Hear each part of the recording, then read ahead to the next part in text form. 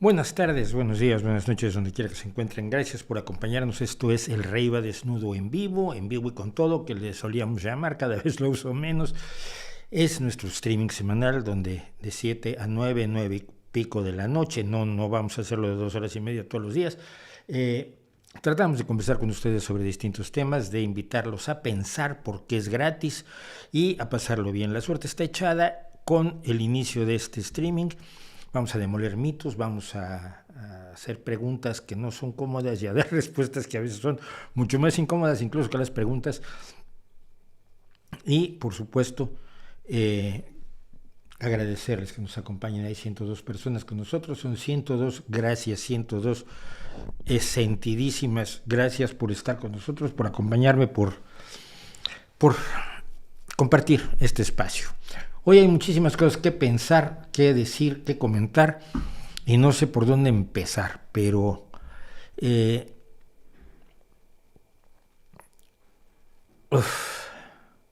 saben, es que preparo cosas y luego sus preguntas me parecen de lo más interesantes y me dan ganas de hablar más de las preguntas que de lo que yo traía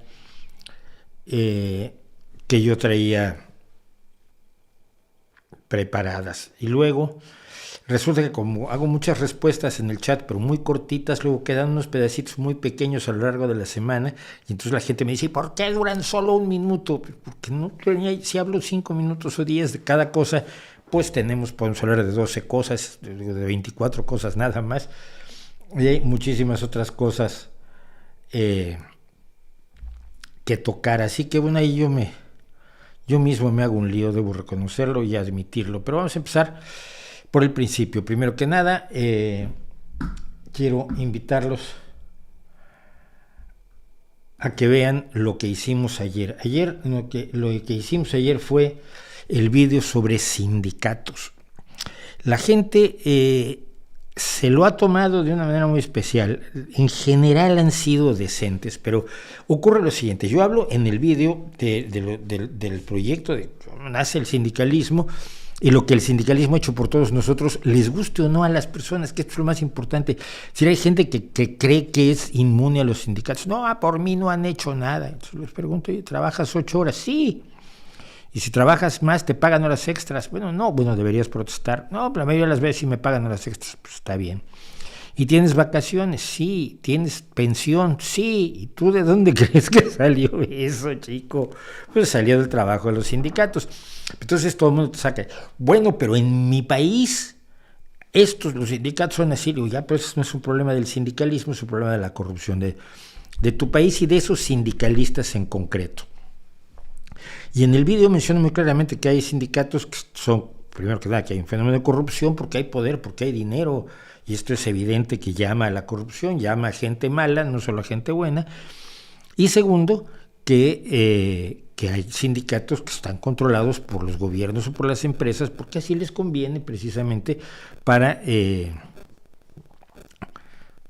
no darles sus plenos derechos a todos los trabajadores. Entonces, si tu sindicato no hace lo que debe, la culpa no es de la idea del sindicalismo, la culpa no es de la lucha sindical de más de 200 años, no.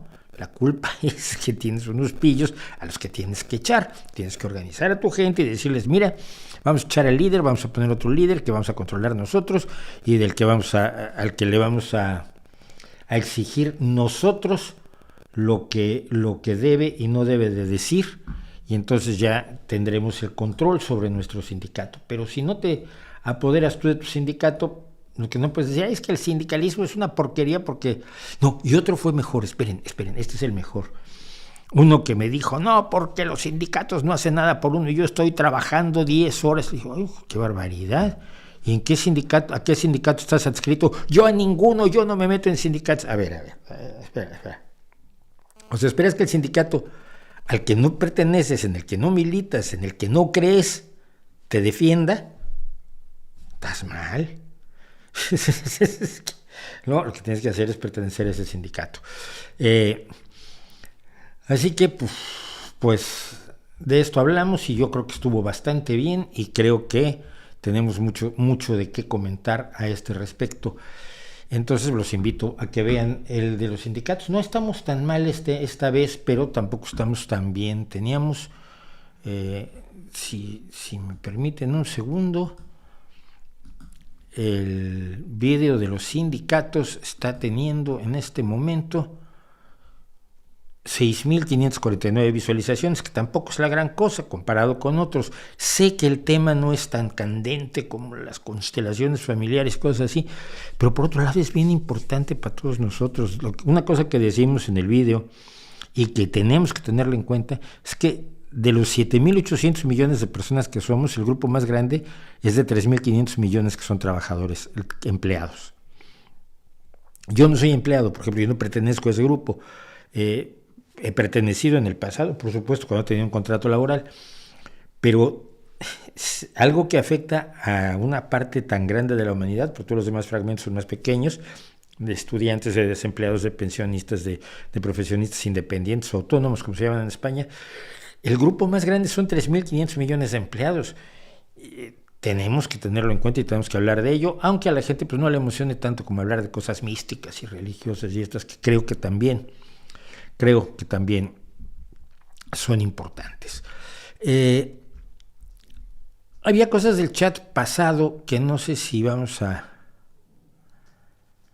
retomar. Hay una cosa en concreto que me llama mucho la atención porque se repite con bastante frecuencia. Vamos a poner aquí lo del chat. Bueno. Es una observación que se repite con mucha frecuencia cuando hago vídeos sobre religión y cuando hago vídeos sobre ciencia. Y es que hay muchos científicos que son religiosos. Y mi respuesta es ya. Y no, porque si Newton creía en la Biblia, ¿cómo hizo esto? Bueno, mira, porque la gente puede tener varias formas de enfrentar la realidad en su vida. Por ejemplo, yo creo que Messi es un gran jugador de fútbol, pero eso no influye para nada cuando estoy tocando música.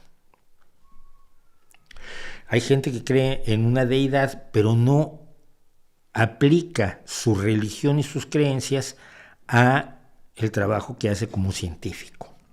Entonces tenemos allí un hecho real que es: la gente saca la conclusión de que si tú eres religioso, tu actividad científica tiene que estar influida por la religión. No es así. En el caso de Newton, y bueno, ya lo vimos también con la doctora esta en filosofía que me estaba tratando de criticar en México, Newton tenía creencias religiosas, pero sus creencias religiosas no implicaron que no observara lo que observó cuando descompuso la luz del sol en un prisma y que el cálculo diferencial e integral que inventó tuviera que ver con la religión. No tenía que ver, son dos esferas de su vida totalmente separadas. Y hay otro caso que es aún más escandaloso, sí, vale, no le llamo escandaloso porque es importante, y es el caso de Lemaitre. Lemaitre fue el físico, si mal no recuerdo, jesuita del Observatorio Astronómico del Vaticano, porque ahora el Vaticano tuvo primer observatorio astronómico antes de perdonar a Galileo. Pero bueno, locuras de la vida, o de pedirle perdón a Galileo más bien. Pero entonces Lemaitre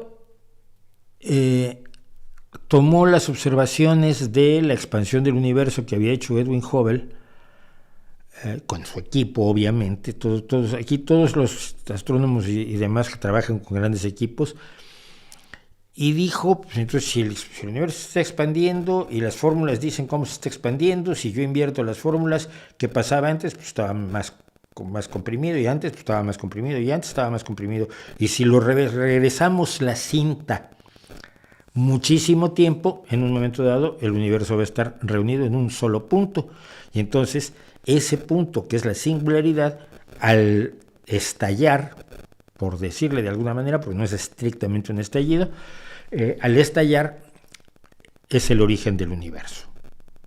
Que antes no hay ni tiempo, ni espacio, ni materia, ni nada, todo está comprimido en un punto.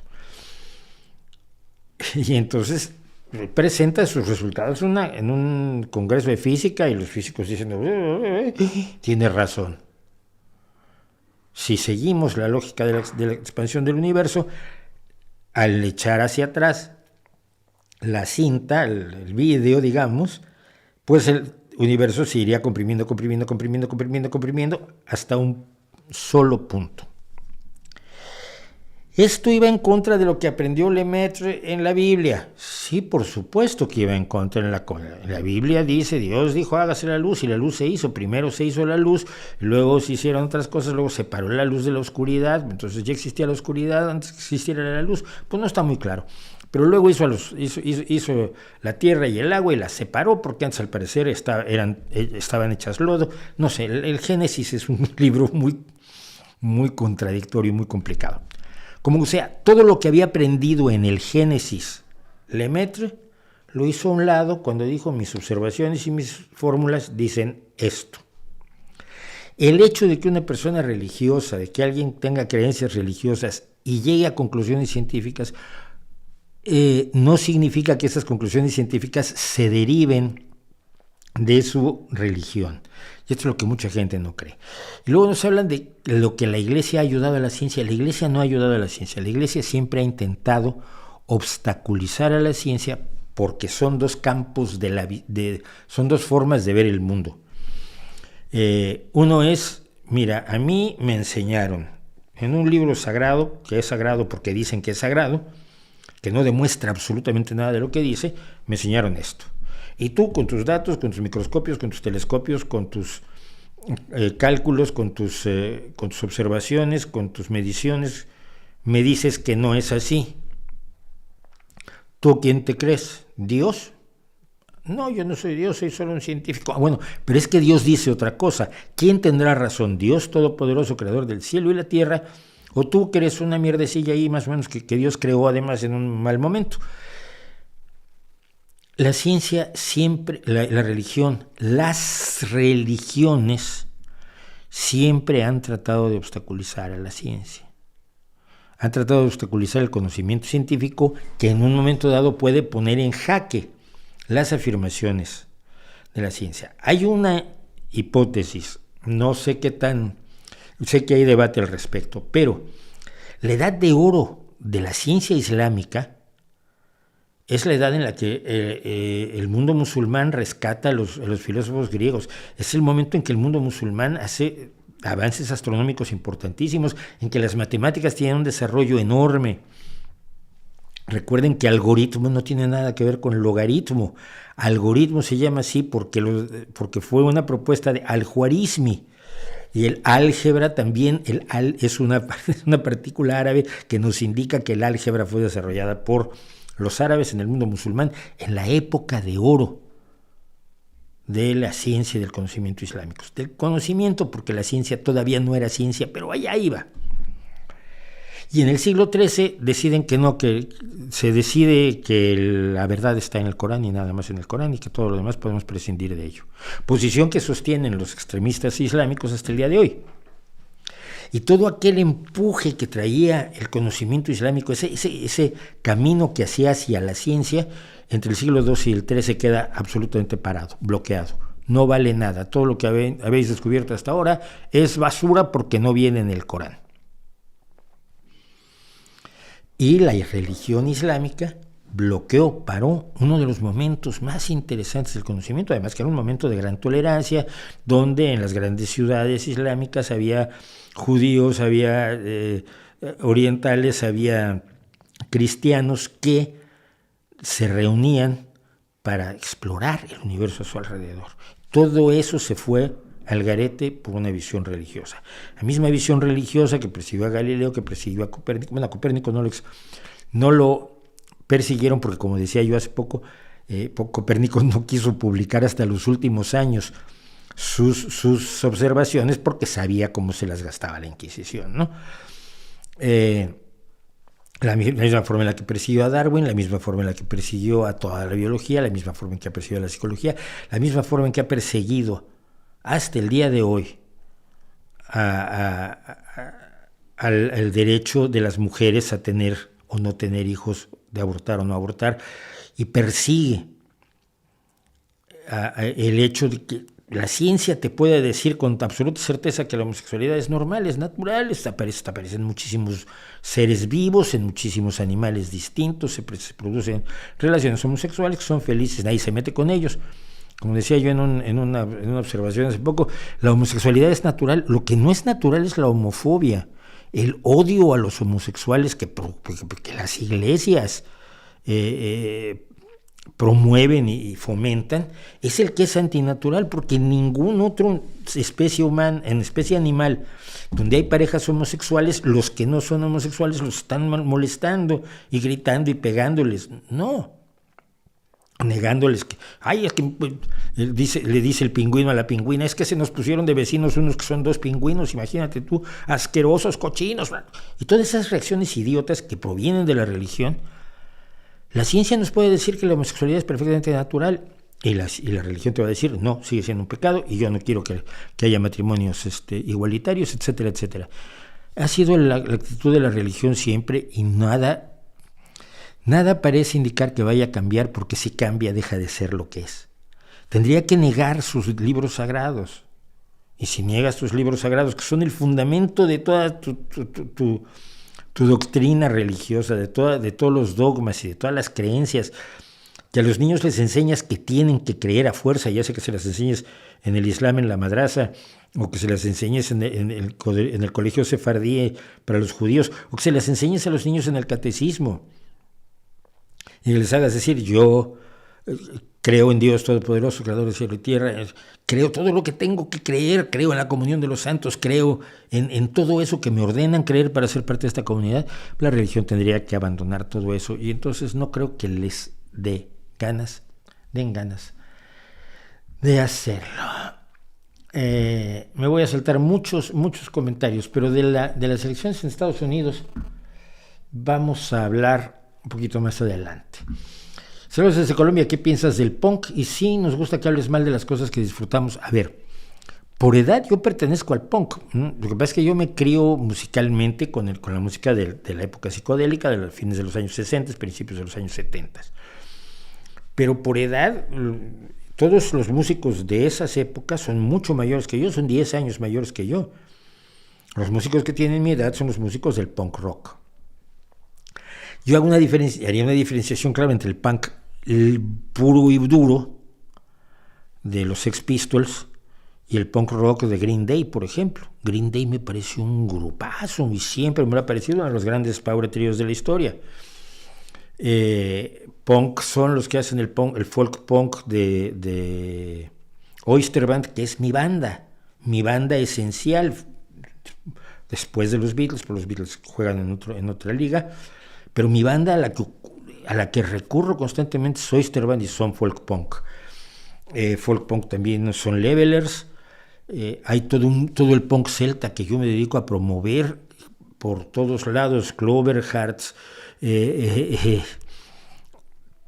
Ahora se me olvidó. Dropkick Murphys.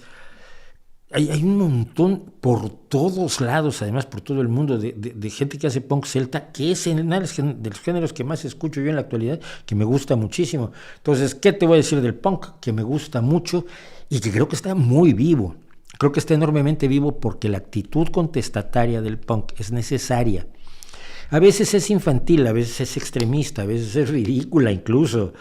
Ayer veía uno de estos grupos, además totalmente marginales, residuales, de calle, que tienen una presentación que se llama Comunismo en el Espacio, ¿no? O sea, no tengo dinero para comprar mis medicamentos, entonces me voy a ir a la luna y voy a hacer una comuna en la luna, y luego vamos a hacer miles de millones de camaradas en los miles y millones de estrellas. Absolutamente ridícula. Pero la actitud del punk, independientemente de que a veces el contenido sea con el que no puede estar no demasiado de acuerdo, la actitud rebelde, contestataria, de duda, de escepticismo político, es muy importante, independientemente de que sea una música enérgica, fuerte, viva, que no tiene miedo a otros instrumentos, que es muchísimo más abierta que otras formas del rock que son más limitadas a su instrumental clásico, ¿no?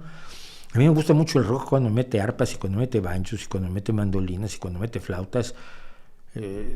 Jethro Tull Ian Anderson era un personaje único en ese sentido, ¿no? Casi nadie más tocaba la flauta, él y el de Moody Blues, pero no era un estándar en el rock, ¿no? El estándar en el rock es guitarra guitarra primera, guitarra segunda, bajo y batería. Todo lo demás, y teclados a veces, y todo lo demás ya es extra. Creo que el punk está muy vivo y lo sigo viviendo y lo sigo disfrutando. Así que si crees que no me gusta, que voy a hablar mal de algo que disfrutas, no puedo, porque lo disfruto yo muchísimo. Hablando de música, chicos. Voy a tener que poner el nombre aquí así como a lo bestia. Me van a perdonar, ¿sí? Pero tengo que escribir un nombre aquí para hacerles una recomendación. Es una recomendación que ya he hecho, pero acaban de volver a entrar en mi radar ayer y se las quiero recomendar vivamente. Se llaman The Sixters. Son en este momento dos guitarras, batería, teclados, bajo y la cantante. Son 6 chicas que han cambiado un poco la formación porque alguna regresó a Ucrania. Son 6 chicas que tienen una banda de rock desde que eran niñas, y ninguna tiene 20 años todavía, son adolescentes. Yo llego a ellas porque me dicen son The Warning ucranianas. Y cuando dices The Warning, dices yo tengo que escuchar eso porque The Warning es una de mis bandas preferidas. Y voy a escucharlas. Me gusta muchísimo su sonido, me gusta muchísimo tiene una capacidad musical impresionante. Y es entonces, a principios de este año, cuando se desata la invasión rusa contra Ucrania. Las Sixters huyen, están ahora en Alemania, están tratando de sobrevivir en Alemania, acaban de sacar disco, están reuniendo, tienen un Patreon, pero no para ellas, sino para comprar ropa para el ejército ucraniano. Entonces, los recomiendo. El video de ayer, el video que acaban de sacar es maravilloso, porque dice, yo quiero ser una chica fuerte, no quiero ser una muñeca de madera. Están escribiendo en inglés, siendo que ellas originalmente, pues obviamente son ucranianas y el inglés lo hablan 2 de ellas. Entonces los recomiendo que vayan a ver, que busquen los videos de The Sixters, que apoyen a The Sixters y que hagan el favor de ser útiles para el rock. Como les dije a ellas, ustedes están haciendo un rock que vale la pena escuchar y al mismo tiempo es una voz ucraniana que vale la pena escuchar y al mismo tiempo es Slava Ukraini. Dicho lo cual, ¿qué piensas de la supuesta tibieza del PSOE respecto a Venezuela y Cuba? Vamos a ponerlo aquí. Tenía que ser David, ¿verdad? Bueno. No sé a qué te refieres con tibieza. ¿Crees que el PSOE debería estar defendiendo a las 2 dictaduras? No. El PSOE se ha pronunciado en contra de ambas dictaduras. El problema es que al interior del partido todavía hay gente con nostalgias marxistas y gente que se niega pero terminantemente a ver la realidad en esos países porque vive en el sueño de los años 60, en el caso de Cuba, y en el caso de Venezuela pues se creen que es exactamente lo mismo, es decir, que se está reviviendo o recorriendo ese camino que va a llevar a la revolución y a la emancipación absoluta de los trabajadores y al paraíso de los trabajadores, a la justicia absoluta para todos, a la riqueza creada y compartida para todos, y esa utopía que nunca se hizo realidad, y que ya no es el problema de que la utopía no se haga realidad, porque las utopías no están hechas para hacerse realidad la mayoría de las veces, sino porque la realidad fue precisamente lo contrario. La realidad fue lo opuesto. Lo comentaba yo en el video de los sindicatos.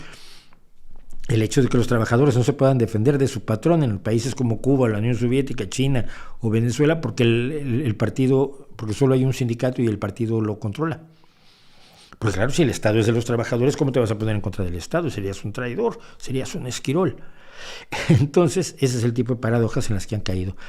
El PSOE junto con la Internacional Socialista están en contra de todas las dictaduras. Precisamente la diferencia originaria cuando todos eran marxistas, porque los socialdemócratas fueron marxistas, esto hay que admitirlo, yo no habría sido socialdemócrata en aquel momento, La diferencia es que los socialdemócratas no creían en la revolución y en el partido único, en la dictadura del proletariado y en la instalación de un gobierno autoritario. Y fueron a la cárcel, y fueron a los campos de concentración, y fueron a los campos de exterminio y murieron por esa convicción de que la democracia era el mejor camino de resolver las cosas en lugar de la revolución y el autoritarismo. Entonces, luego después de la Segunda Guerra Mundial y viendo lo que estaba pasando en la Unión Soviética, era clarísimo que un grupo de personas no podían seguir con ellos y fundaron la actual socialdemocracia a partir de la socialdemocracia sueca, de la socialdemocracia alemana, de los programas de Gotha y de Berlín, donde se fue abandonando el marxismo porque resultaba que no era precisamente la herramienta perfecta para estudiar la realidad que nos habían vendido. Y el Partido Socialista Obrero Español en el 74 abandona el marxismo en su Congreso de Suresnes, y todavía hay gente que nos echa en cara Suresnes, me lo han dicho, y me lo ha dicho gente de 30 años, pero es que ustedes en Suresnes traicionaron a Marx. Oye, pues es que Marx no era Dios. Se valora con seriedad las propuestas de un filósofo y se demuestra que no funcionaban y que estaba equivocado en muchísimas cosas. La historia no avanza dialécticamente. La economía no es el único motor de la historia. La lucha de clases no es forzosamente el único problema que tiene la historia, y ni resolviéndolo resuelves los demás problemas.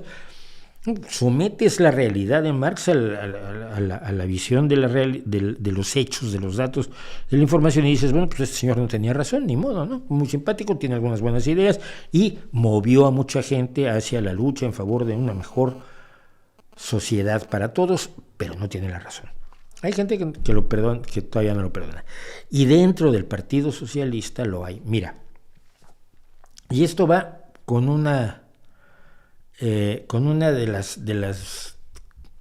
los chats que tenía yo guardados de ayer, de la semana pasada, que habla de las coincidencias entre el PSOE y Podemos. Están en el poder juntos, ¿verdad? Sí, por desgracia. ¿Por qué da la impresión que son enemigos? ¿Ambos son de izquierda o no? Sí, sí somos de izquierda, pero ¿cómo?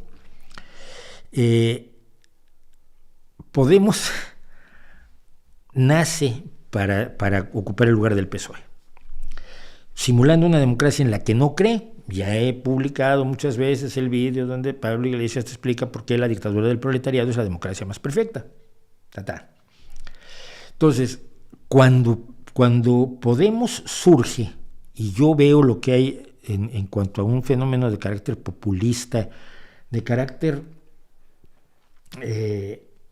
poco... de una democracia fingida, de un leninismo anticuado, recauchutado para fingirse más moderno por la vía de los populismos de Laclau y las teorías de la hegemonía de Gramsci. Yo impugno a Podemos en mi partido, en el PSOE. Y gente, me acuerdo en primera fila, la primera vez que en una asamblea yo hablé sobre Podemos, se cabreó muchísimo conmigo un grupo de personas porque pensaban que finalmente venía la revolución, que ya habían renunciado a ella, pero bueno, la queremos de todos modos. Y tuve compañeros que se enojaron muchísimo conmigo cuando yo denuncié a Podemos. Al paso de los años, los compañeros se han acercado y han dicho, hostia, tenías razón tú, Mauricio. No, pues muchas gracias, no sirvió de mucho, pero ¿qué es lo que pasa? Estamos de acuerdo en los fines, pero no en los medios. Los fines son una sociedad más justa, una sociedad donde los más desprotegidos estén más protegidos y una sociedad donde haya mayores garantías para quienes han tenido menos garantías. Podemos tiene la visión tradicional marxista de que el problema es que hay que vencer al enemigo, y el enemigo son quienes tienen el dinero, son los ricos, son los dueños de las empresas, etc.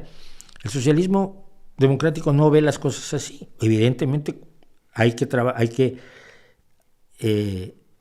confrontarse en muchas ocasiones con quien tiene el dinero, con quien tiene las empresas, pero no son los enemigos mortales a los que hay que aniquilar y pasarles por encima con un tanque. Es una visión distinta de adversario a enemigo mortal de clase. 2. Podemos tiene toda la utopía perfectamente armada, pero no sabe cómo llegar a ella. El PSOE tiene la utopía armada, El problema es que sabe que no puede llegar a ella. Porque cuando gobiernas, y esto fue lo que hizo que Pablo Iglesias saliera huyendo del gobierno, vicepresidente del gobierno de España. Pero es que cuando gobiernas la realidad se te impone. Quieres hacer todo aquello que habías soñado para emancipar a los trabajadores y vamos a lograr y vamos a poner un montón de cosas y vamos a gastar dinero en esto que realmente es importante. Y el día que llegas al gobierno descubres que no hay dinero. Bueno, pero queremos hacer esto, pero hay leyes que te lo impiden. Bueno, pues entonces, ¿qué se puede hacer? Muchas cosas. Se pueden hacer muchas cosas, pero no se pueden hacer todas. Y esa es una de las razones por las que el PSOE no ha podido inaugurar el paraíso, que es lo que muchos le reclaman. Ustedes han gobernado muchas veces, estamos celebrando que hace, ¿cuántos años? 40, sí, en el 82, que el triunfo de Felipe González, cuando el PSOE llega al poder por primera vez en España. Entonces, no, pero ustedes han gobernado muchas veces y no han inaugurado el paraíso. Ya, pues que no había dinero para inaugurarlo. Es que había limitaciones, es que están los demás. Es que yo no puedo gobernar solo para los míos, necesito gobernar para todo el país porque tengo que ser responsable. Podemos tiene más la idea de que si llegas al poder es para ti y tú gobiernas para los tuyos y a los demás que se frunzan. Que es la actitud que tiene, por ejemplo, el gobierno mexicano, es que es la actitud que tienen los partidos de izquierda más extremistas cuando alcanzan el poder. Los partidos de izquierda más razonables que viablemente hacen un gobierno que funciona. Te pongo el caso de Tabaré Vázquez, te pongo el caso incluso de Pepe Mújica, te pongo el caso de Lula en sus 2 primeros mandatos. En vez de irse a pelear con todo el mundo y a demostrar que tenemos nosotros razón, fue a ver cómo se podían hacer las cosas de la mejor manera posible. Y ese arte de lo posible de la política es muy jodido, es aburrido, es hacer cuentas. ¿Cuánto tenemos? ¿Cuánto nos sobra? ¿Cuánto nos falta? Es ir con los técnicos y decirles, oye, esto se puede hacer, y que te dicen, no, esto, los ingenieros dicen que esto no se puede hacer, bueno, y esto, los abogados dicen que no se puede hacer. Es terrible. Gobernar no es mandar, no es disponer, como creen quienes nunca han gobernado. Entonces te enfrentas a ese pequeño problema, que la socialdemocracia trata de ser enormemente responsable de gobernar para todos, de tratar de impedir los enfrentamientos sociales que Podemos y los grupos tradicionales de la izquierda radical buscan exacerbar para que un grupo triunfe sobre el otro. En ese sentido, es muy difícil gobernar con Podemos. Es más fácil con Izquierda Unida, porque Izquierda Unida finalmente, con eso de que entraron al eurocomunismo, entonces es más fácil gobernar con Yolanda Díaz, por ejemplo, que con Irene Montero.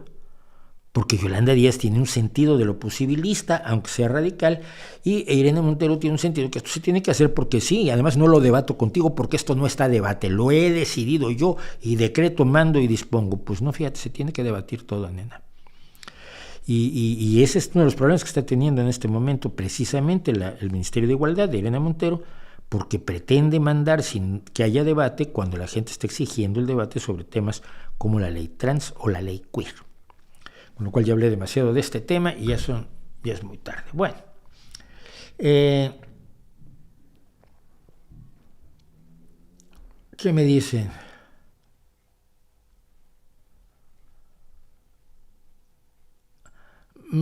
Esto ni mencionarlo.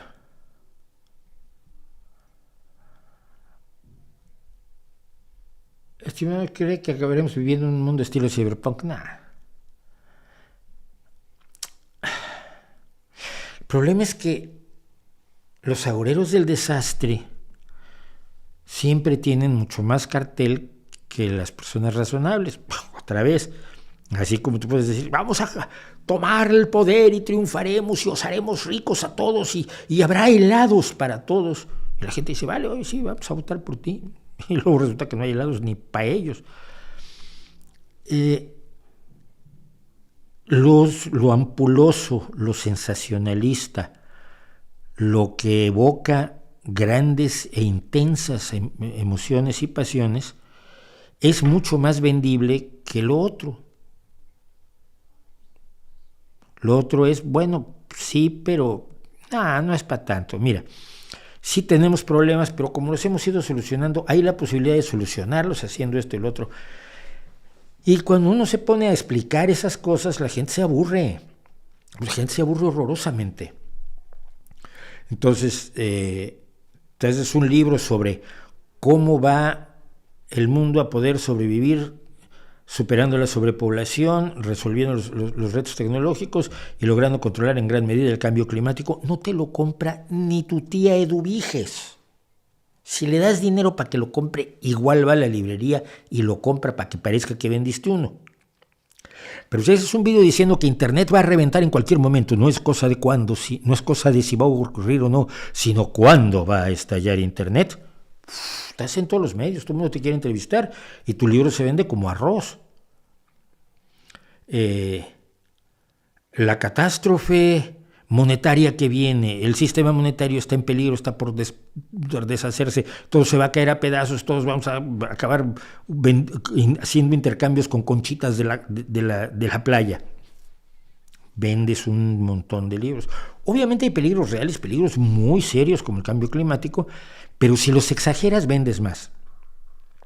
Si eres sereno y dices, a ver, aquí tenemos un problema serio, pero es que esto hay que trabajarlo con cuidado y aquí hay que hacer investigación científica y aquí hay que hacer una serie de trabajos más serios en cuanto a concientización, y tenemos que establecer un sistema de comunicación hacia los más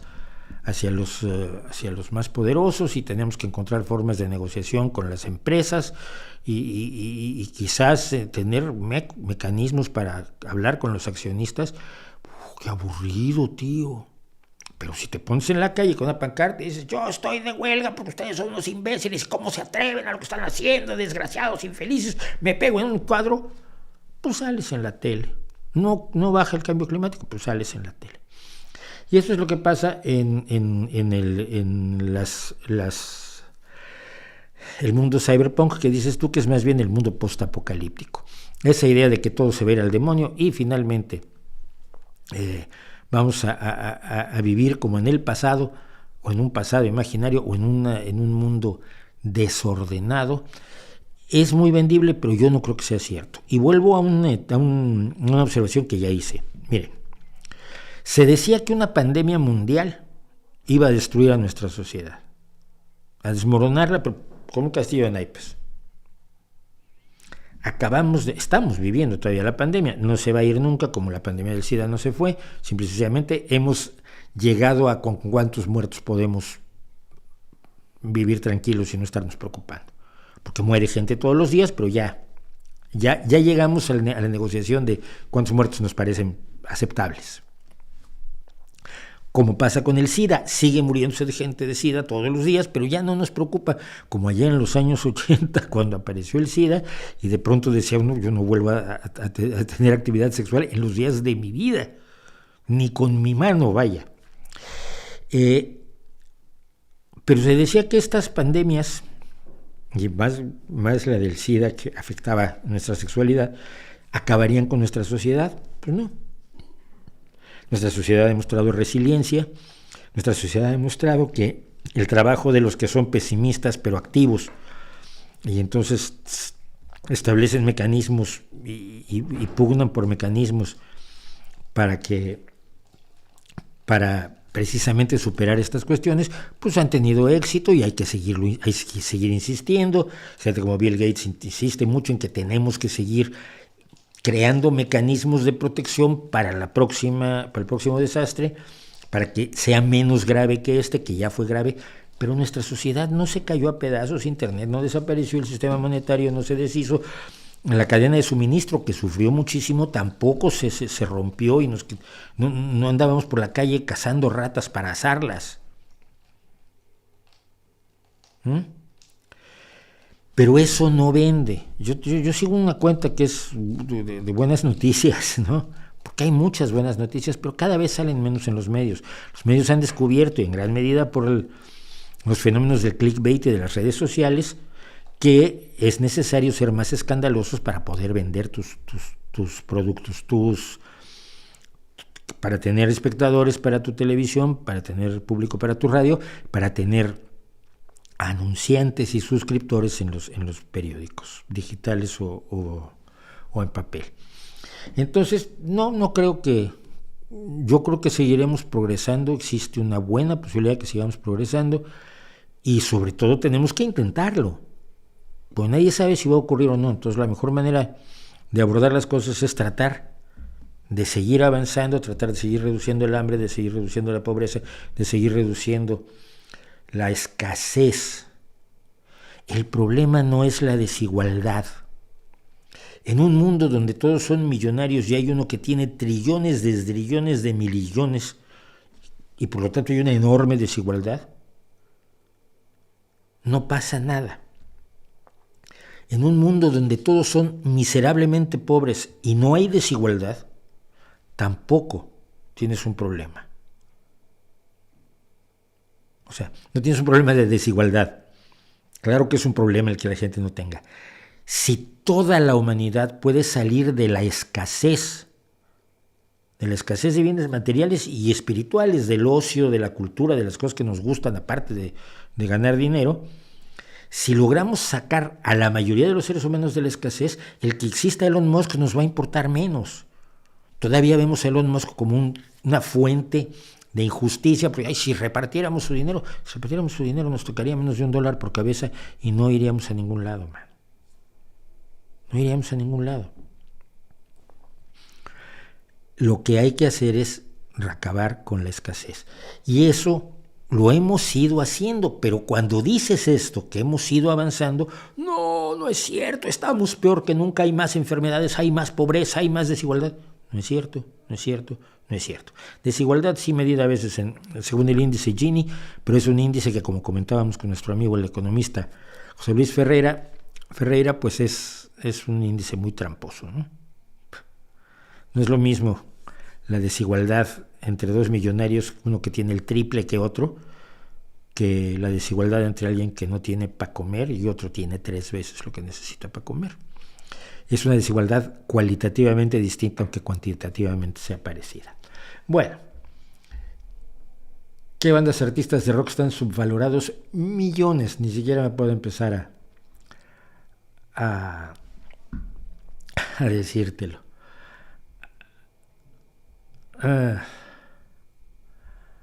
Gracias a Trígaro y su superchat. ¿Qué opina de Corbusier y la Bauhaus?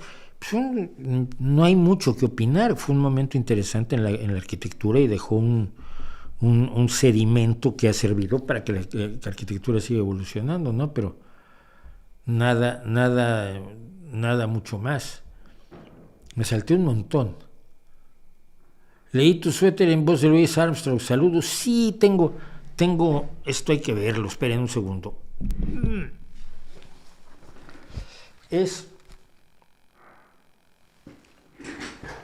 un verso de una de las canciones más bonitas de Louis Armstrong, que es What a Wonderful World, que es una de mis canciones favoritas de él, por supuesto, y dice: veo árboles verdes, rosas rojas también, las veo florecer para ti y para mí, y pienso para mis adentros, qué mundo tan maravilloso.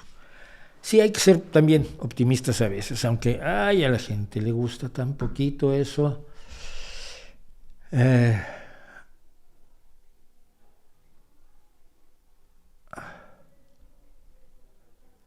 Esto es interesante. Alejandro Aguilar. En una democracia, ¿cree usted que es mejor votar por el partido o por el candidato? Depende de cuál democracia. En las democracias presidenciales se vota por el candidato,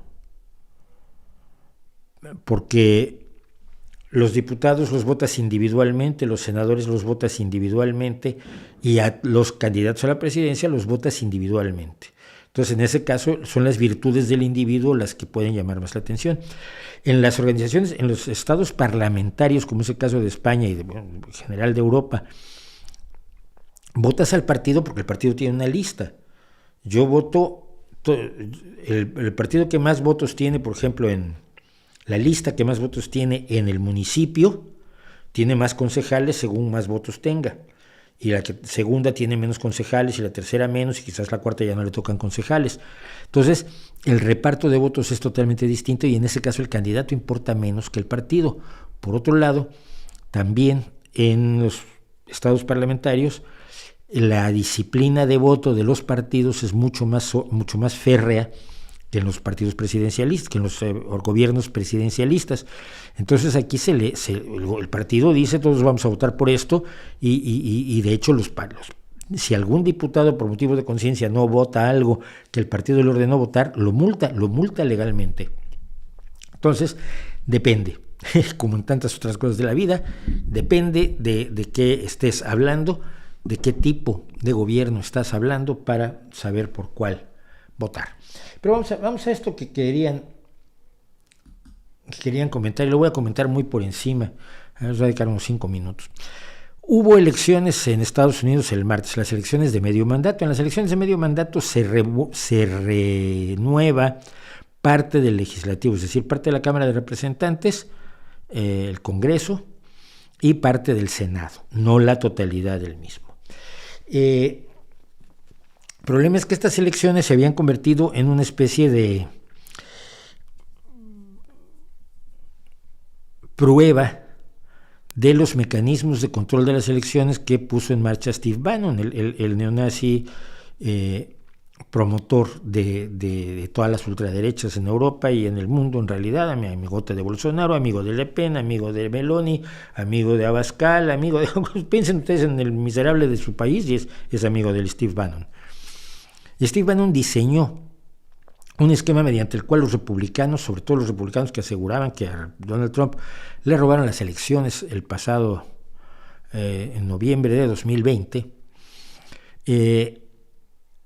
entraran como funcionarios electorales, se apuntaran como funcionarios electorales para poder impedir el fraude, es decir, crear el fraude, evitar que los demócratas ganen elecciones con una serie de subterfugios legales que no me los estoy inventando. Steve Bannon los ha mencionado, ha hablado de ellos abierta y descaradamente. El objetivo de esta elección era precisamente que muchos secretarios de Estado de los estados de los Estados Unidos fueran republicanos negacionistas del resultado de las elecciones de 2020, defensores de la insurrección del 6 de enero de 2021, y que por tanto se nieguen a calificar las elecciones cuando pierdan los republicanos en las elecciones de 2024. Todo esto es un esquema que está estudiado, que se ha denunciado y que además estúpidamente o inteligentemente, ya no lo sé, Steve Bannon anunció abiertamente. Y la prueba de oro eran estas elecciones. La idea era que iba a venir una ola roja que se apoderara totalmente del Senado y que se apoderara totalmente de la Cámara de Representantes, del Congreso, y por lo tanto se podrían bloquear todas las acciones de Joe Biden en el gobierno. El legislativo tiene un enorme poder y sobre todo el Senado tiene un enorme poder, puede bloquear mucho de lo que hace la Cámara de Representantes. Es un problema de una organización diseñada para finales del siglo XVIII y que bien entrado el siglo XXI no funciona. En este momento faltan por decidirse tres escaños en el Senado. Los demócratas tienen 48 asegurados y los republicanos 49. En la Cámara de Representantes todavía quedan muchos escaños o curules por repartirse, y los demócratas tienen 191 y los republicanos 209. No se dio la ola que fue financiada con grandes cantidades de dinero, que fue por supuesto movida en las redes sociales por todos los trolls, bots y sistemas de propaganda del mundo, incluidos los de Rusia, y vamos a ver de ello en nuestra tele rusa, porque hoy tenemos tele rusa, por supuesto. Así que no están las cosas para echar cohetes. Yo dije, y lo dije en Twitter, y hubo gente que me dijo, estás exagerando. Un triunfo radical de los republicanos en las competencias por secretario de Estado, por gobernador, sobre todo, garantizaría el regreso de Donald Trump en 2024. El regreso de Donald Trump en 2024 sería el pistoletazo de salida para una nueva época de la ultraderecha en todo el mundo. Así está además contemplado por el estratega principal, que es, decíamos, Steve Bannon. Y hablamos de una ultraderecha que es enormemente tóxica, una ultraderecha que rechaza... A ver, no es una derecha como la derecha a la que están ustedes acostumbrados, la de Macron, la de Ursula von der Leyen, la presidenta de la Comisión Europea, que es de derecha y que yo apoyo muchas de sus acciones. No es esa derecha que tiene ciertas diferencias ideológicas y de puntos de vista con nosotros, no. Es una derecha que pretende destruir la democracia porque considera que la democracia está superada. Es una derecha que sospecha de la ciencia porque la ciencia finalmente no le da la razón. Es una derecha que promueve el racismo más profundo en todos los niveles. Es una derecha que va a echar mano de la violencia en cualquier momento y empieza a echar mano de la violencia. Es la derecha del Breivik, que asesinó a decenas de jóvenes en la isla de Utoya, en Noruega, por el delito de ser juventudes socialistas. Es la derecha que mandó a un loco con un martillo a tratar de encontrar a Nancy Pelosi, la portavoz del Senado, para romperle la cabeza el otro día, que acabó enfrentándose con el marido de la señora Pelosi, con Paul Pelosi, que ya salió del hospital, por cierto. Es decir, es una derecha que va por todas, como las derechas fascistas, las derechas nazis, que no tienen nada que ver con la derecha razonable, con la derecha, digamos, con los que dicen que son conservadores en lo liberales en lo social y conservadores en lo económico. No, aquí estamos tratando con nazis, de verdad. Así que bueno, hay buenas noticias en las elecciones, en la medida que no se produjo la marea roja. Sigue sin decidirse cómo va a quedar, sobre todo el Senado, que será el que permita que se hagan o no se hagan ciertas cosas. Y los demócratas dicen que han respirado con tranquilidad. Yo los felicito enormemente porque yo ciertamente que no.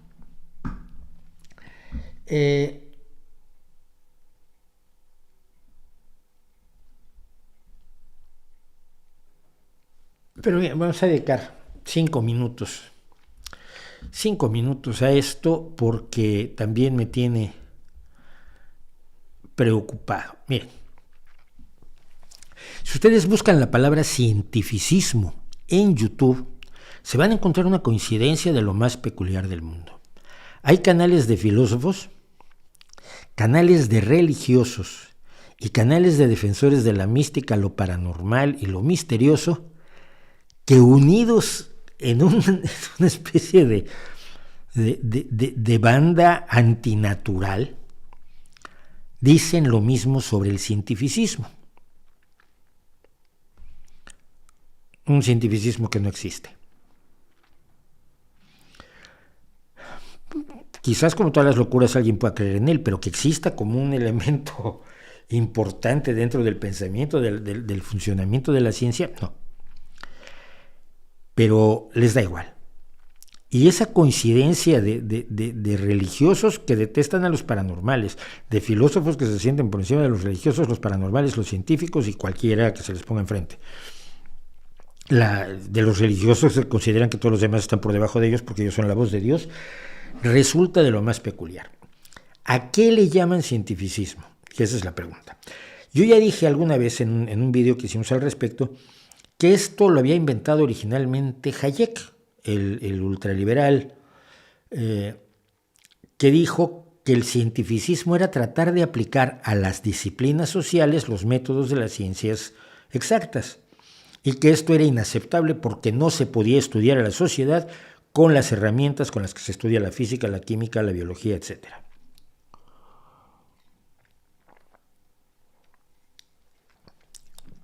Debo decir que la historia ha demostrado que Hayek se equivocaba. La sociología ya no es una rama de la filosofía, la sociología utiliza métodos estadísticos, métodos matemáticos, métodos de observación mucho más rigurosos, control de variables, etcétera, en sus propias encuestas, para obtener información, conocimiento sólido acerca de la sociedad y no solo creencias, no solo conclusiones que se sacan viendo a tu alrededor y sentado en un sofá diciendo, la sociedad funciona así. No.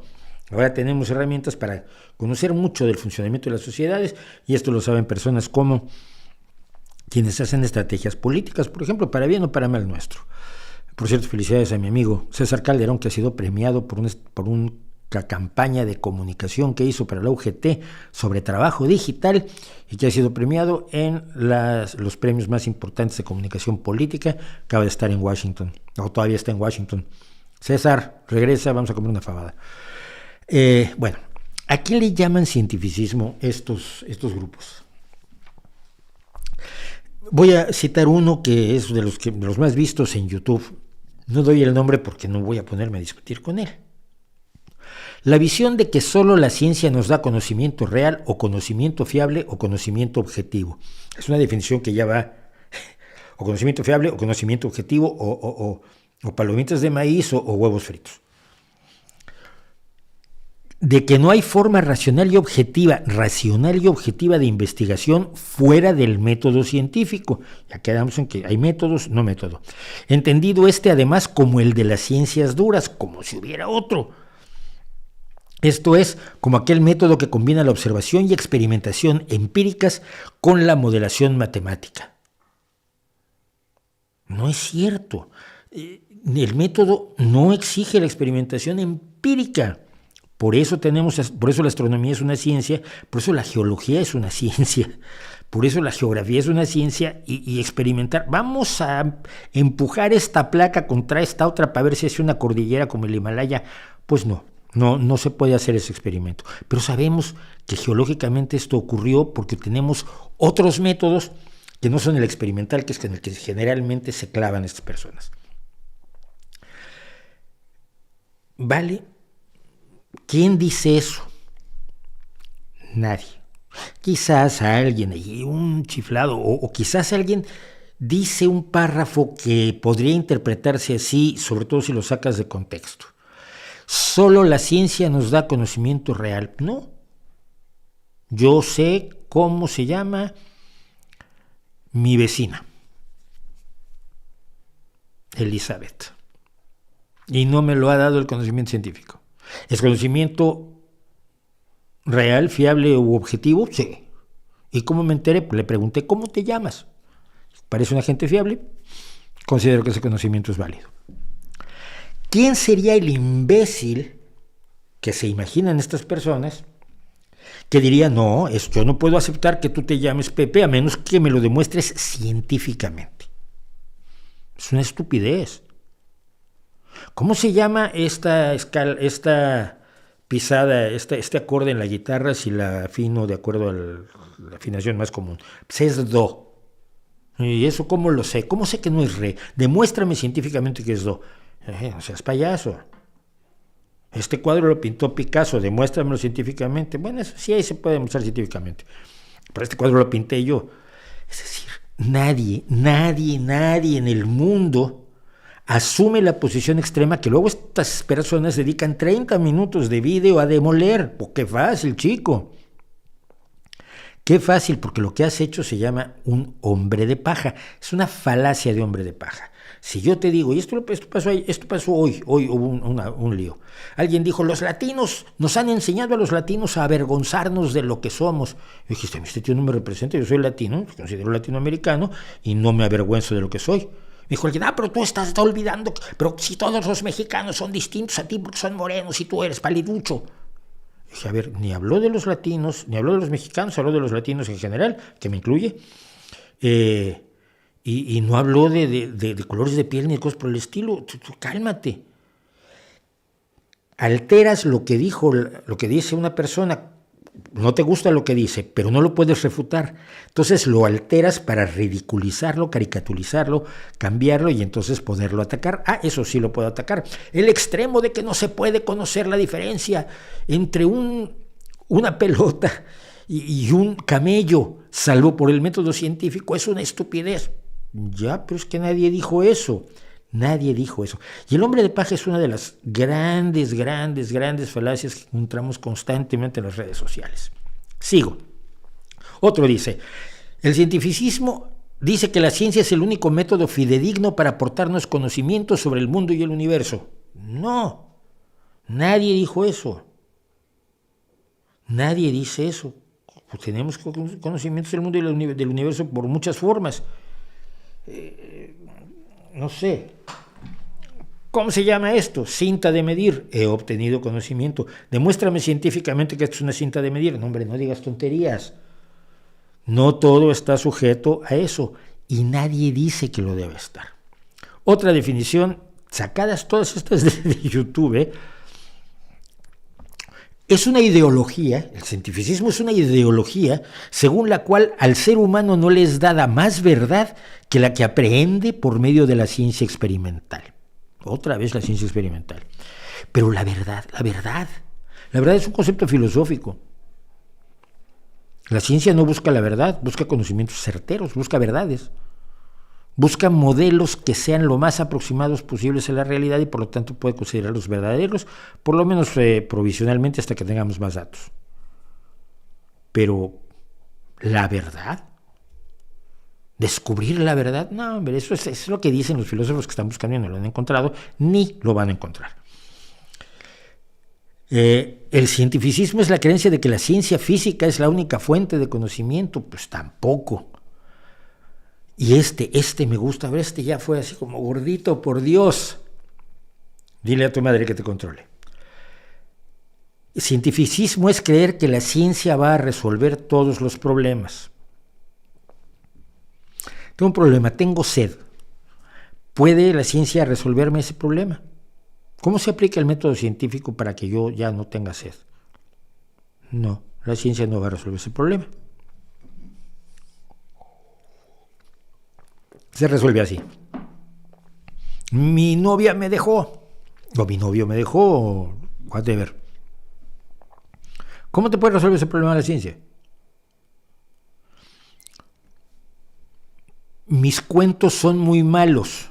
¿Cómo puedo mejorar la redacción de mis cuentos? La ciencia no te lo va a resolver, te lo va a resolver alguien que conozca la estructura del cuento, que sepa de desarrollo de personajes, que conozca la psicología del lector, lo que uno busca como lector y que te diga, no mires que aquí no puedes decir esto y aquí ya vendiste el final del cuento al principio, no haz esto, estructúralo así, describe mejor este personaje, hazlo más atractivo, dale características humanas, quizás es muy bidimensional.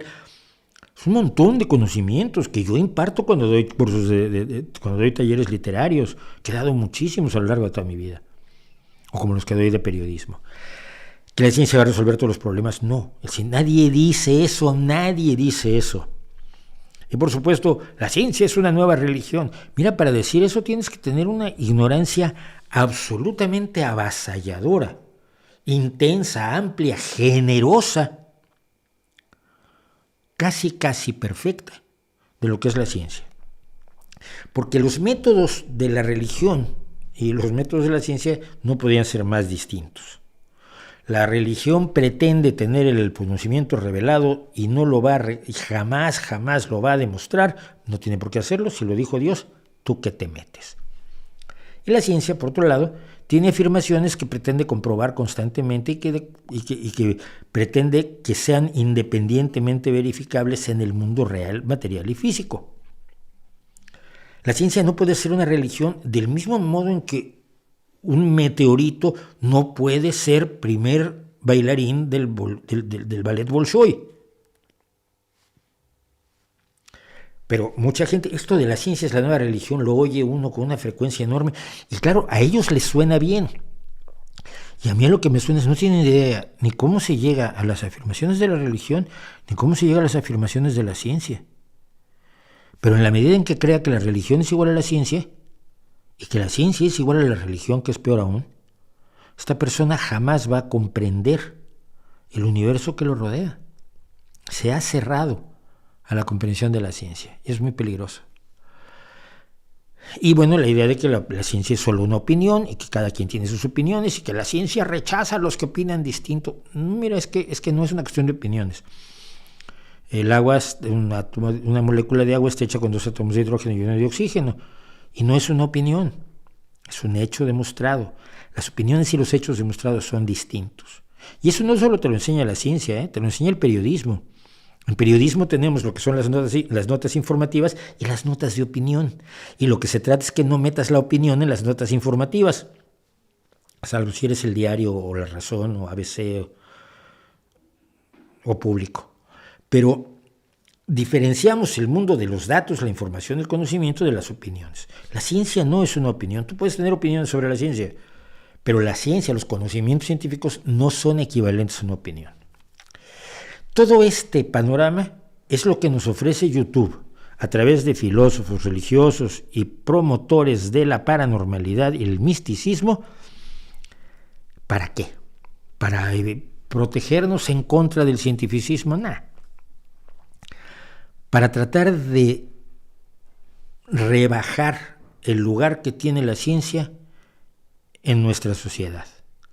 Para tratar de decir que, a ver, sí, la ciencia está muy bien, pero la religión, la filosofía, el misticismo, el esoterismo, el conocimiento tradicional, etcétera, etcétera, esos son igual de válidos.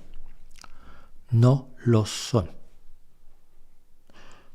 No lo son, y cuando alguien quiera demostrarme que son igual de válidos, nos reunimos y lo intentamos con cámaras. Es finalmente una argumentación en contra de la ciencia, disfrazada de yo estoy en contra de los extremos de la ciencia que son el cientificismo.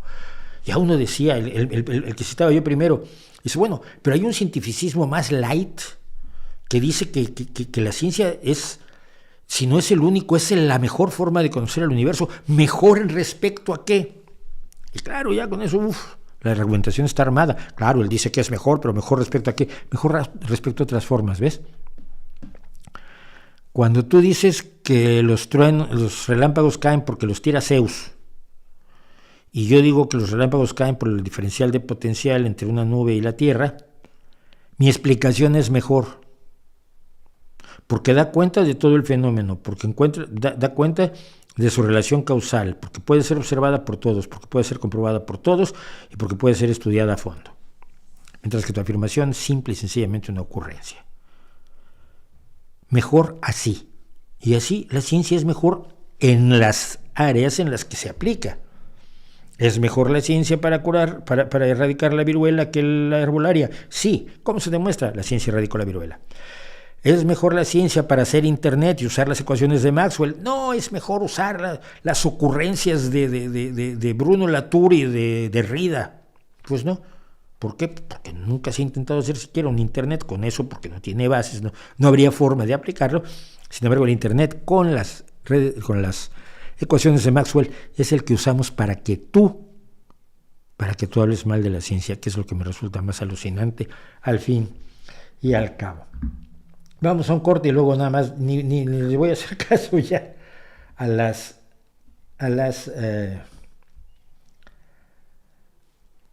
al chat, porque tenemos televisión rusa, tenemos la galería de Jericó que les prometí que es fantástica, que va para mucho. En fin, que volvemos en 2-3 minutillos, no se vayan.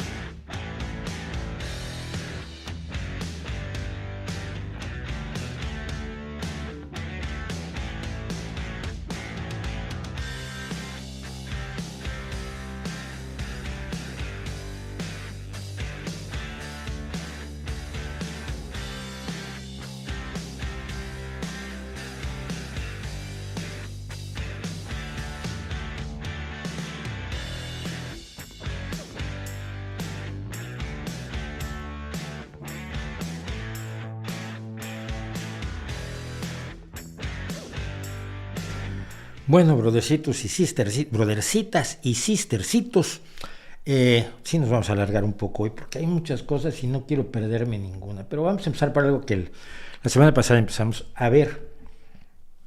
Y si quieren, la parte de las monomanías que pintó Géricault es la enorme entrevista que estuvimos la semana pasada con Javi Burgos, que fue genial, yo me lo pasé como Dios, y nos enteramos de verdaderamente un trabajo detectivesco. Pero en lo que hablábamos con Javi Burgos, hablábamos precisamente del punto de unión entre la ciencia y el arte, porque fue un punto de unión que provocó las pinturas de Géricault y al mismo tiempo que motivó que Javier se pusiera a buscar las 5 monomanías faltantes de Géricault. Así que vamos pues con eso a nuestra galería nocturna.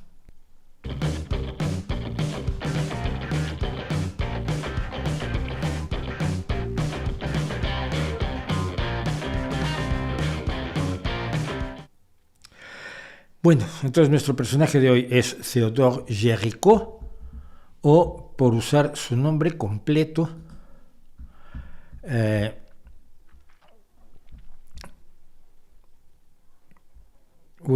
no encuentro el nombre completo. Es que a mí me divierte mucho que la gente antes tenía una pila de nombres y ahora solo los reyes y este tipo de gente. Jean-Louis André Théodore Géricault. Juan Luis Andrés Teodoro Géricault. Y yo soy Mauricio José y ya se me hace que el José a veces sobra. Pero bueno. Y era este elegante joven, a quien tenemos aquí, que nació en 1791 y que murió en 1824. Yo la semana pasada dije que murió de 37 años. No, murió de 32. No llegó a cumplir los 33 años. No sé de qué murió, esto sí.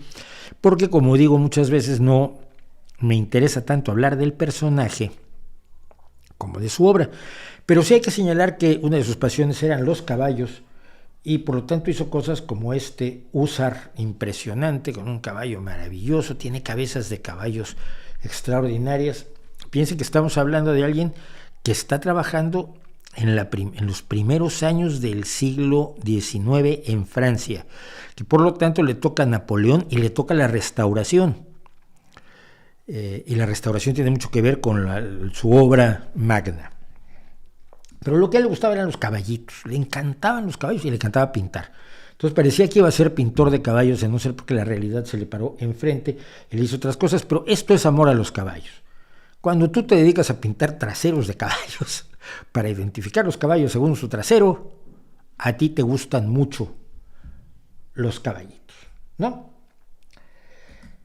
También en 1819 se produjo, voy a revisar el dato simplemente para que no me digan que miento.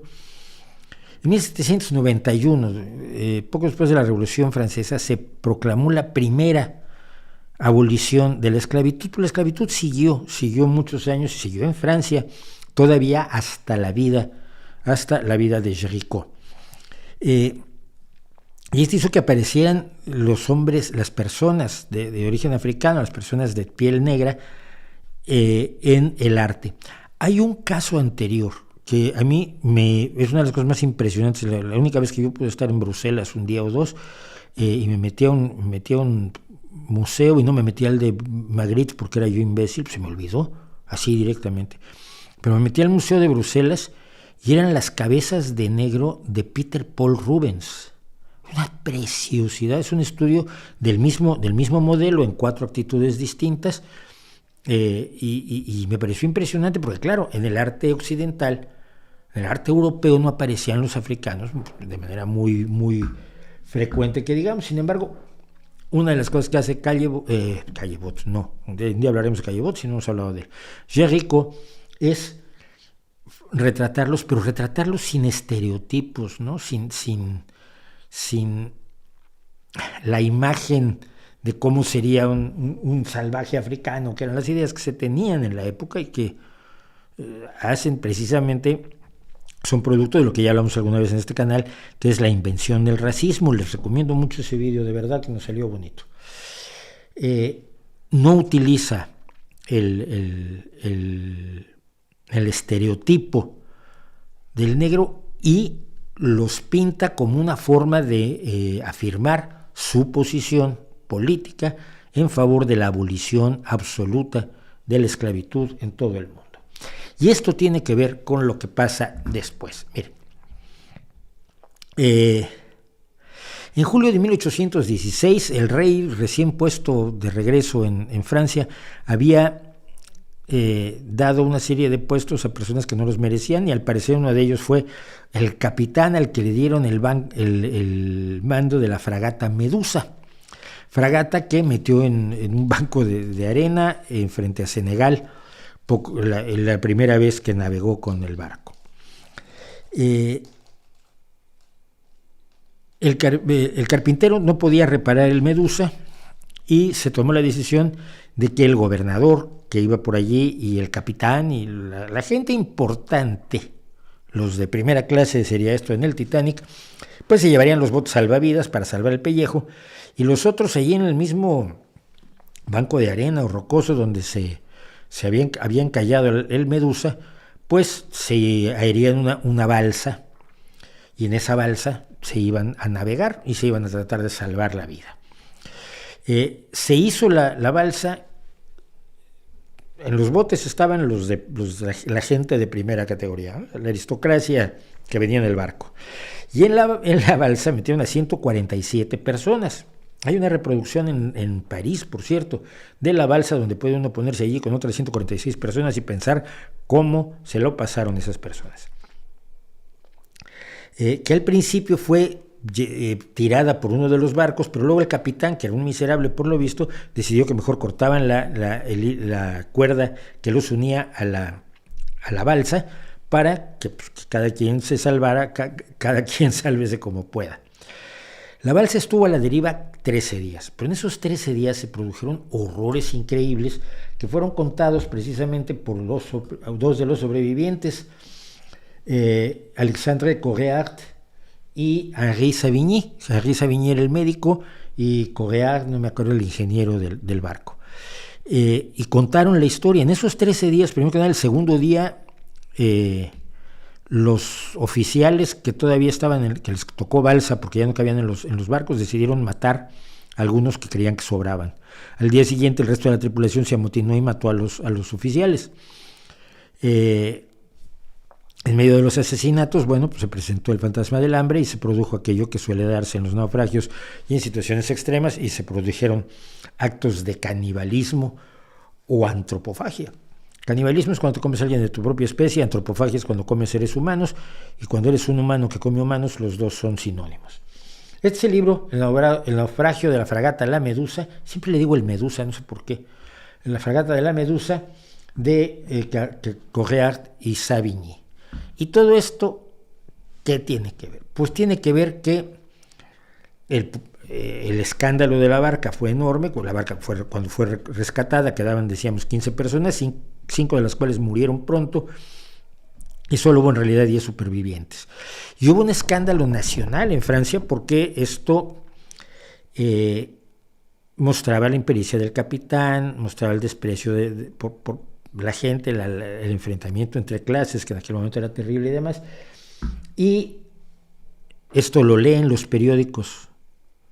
El joven, muy joven, Géricault, se interesa por ello y decide hacer un cuadro histórico, porque la pintura histórica era la más importante en Francia en aquel momento, un cuadro histórico sobre el caso de la Medusa, de la balsa de la Medusa. ¿Qué hace? Se pone en contacto con el carpintero, que fue uno de los sobrevivientes que aparece en el cuadro, para hacer el dibujo y posteriormente la reconstrucción de la balsa, una larga, gran balsa en la que trataron de salvar la vida de estas 147 personas.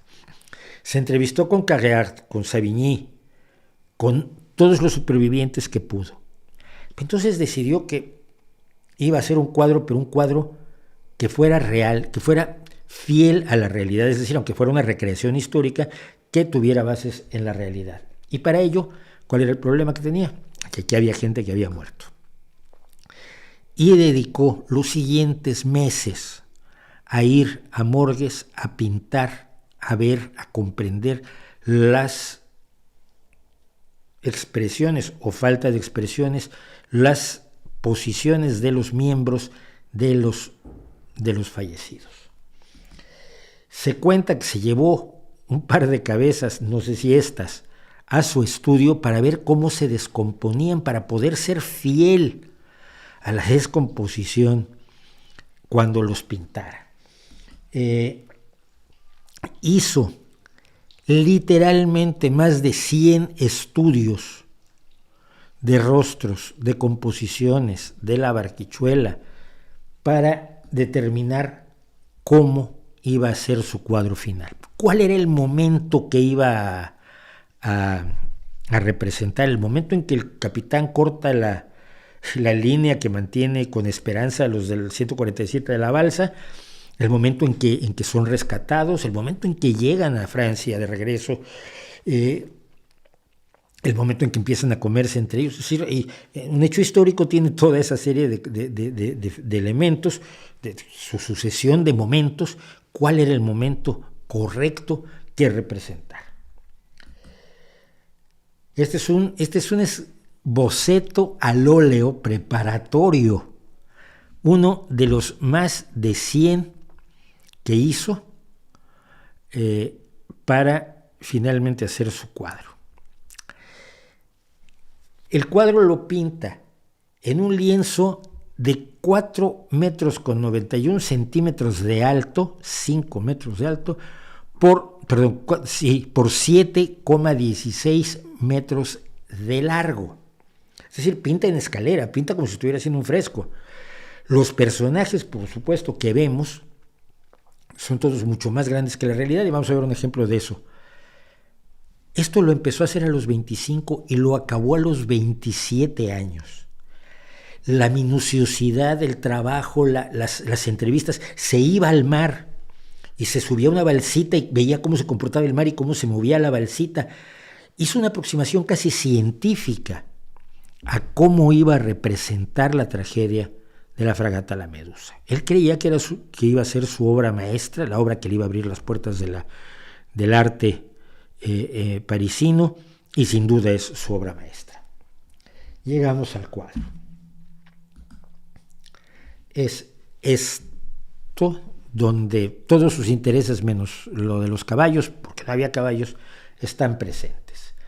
El hombre que tiene el brazo estirado hacia atrás es Carreart, está hablando con Savigny. El que está entre los dos es el carpintero. Pero lo más curioso es que el que está llamando a aquel barco que se ve apenas en la lejanía, en la mayor lejanía, se ve diminuto. El que lo está llamando es Jean-Charles, que es el único tripulante negro que sobrevivió de toda la tripulación del Medusa. El escándalo de este cuadro fue mayúsculo. Primero que nada, el que es el héroe es negro. La primera vez en el arte europeo que pasa esto. Segundo, hay varios cuerpos allí. Un hombre está sosteniendo el cuerpo de su hijo con rigor mortis, por eso la pierna está recta.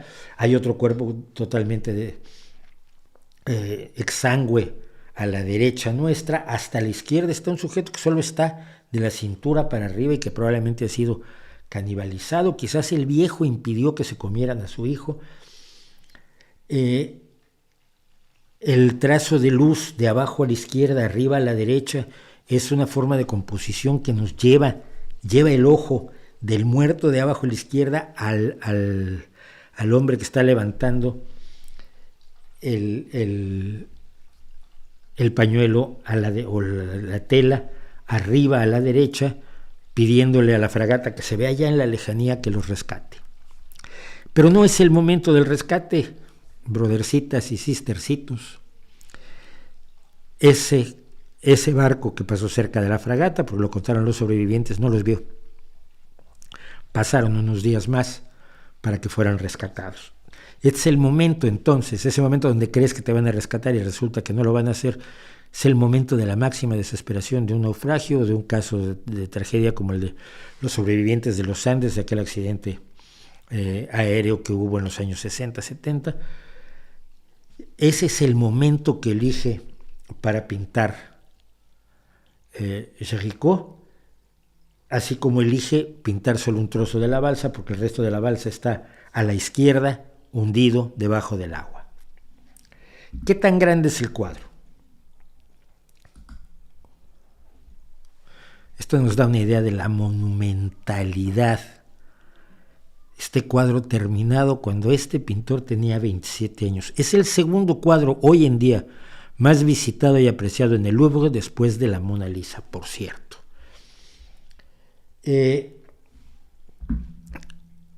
Sin embargo, aquí donde había puesto todas sus esperanzas, Géricault, cayeron. Muchos vieron con horror el cuadro, otros dijeron que era muy progresista y estaba muy bien, pero no se vendió, y al no venderse fue, en cierto modo, una desgracia.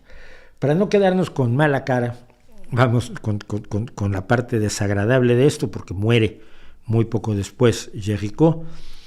Este retrato de Laure Brault simplemente me parece muy hermoso, me encanta la composición de luz, la diagonal de luz que tiene ella, me recuerda mucho la diagonal de luz, toda proporción guardada y toda diferencia temática guardada, con la que tiene Laure Brault en este cuadro. Y me quedo con un cuadro que a mí me parece precioso, que nunca vendió, que nunca exhibió, que lo pintó para él y que probablemente lo tenía de personaje, y que pintó pequeñito, un cuadro así pequeñito, que pintó al mismo tiempo que estaba haciendo su monumental balsa de la Medusa, y que se llama Tres Amantes. Y ya el nombre es sugerente, Tres Amantes. ¿Por qué se llamará Tres Amantes? Pues por esto. Porque son tres amantes, dos ellas y un él, en, digamos que, situación cariñosa. Parece un cuadro erótico, pero delicado a la vez. Me parece interesante, me parece divertido. Me parece que si lo hubiera expuesto, el escándalo habría sido absolutamente muy superior al de la balsa de la Medusa. Y me parece que es la mejor forma de terminar con la historia de este maravilloso personaje, al que le tengo un enorme cariño, recién descubierto, porque es junto con Caillebotte, es un pintor que tengo recién descubierto. Esa fue nuestra galería de hoy. Y ahora vamos sin solución de continuidad, que diría mi profesor de teatro, a tu tele rusa.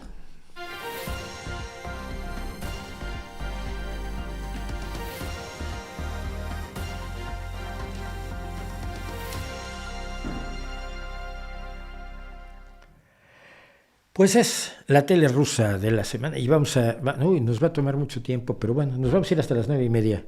Si no lo tenían previsto, pues prevéanlo, porque se va a poner muy bien esto. Somos en este momento 346 personas, 346 gracias, 346 invitaciones a que den me gusta si les gusta el vídeo, si les gustan los vídeos, pues denles me gusta.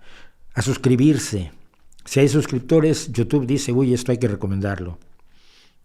Y si pueden apoyarnos en Patreon y en PayPal, en la descripción tenemos los enlaces para quienes nos puedan apoyar con alguna donación de carácter económico para seguir haciendo este canal y todas sus barbaridades. Bueno, contado eso, la tele rusa. Bueno, pues la tele rusa la quiero comenzar hoy con una cosa que no salió en la tele rusa, sino en la televisión británica, pero que pone el acento en por dónde vamos.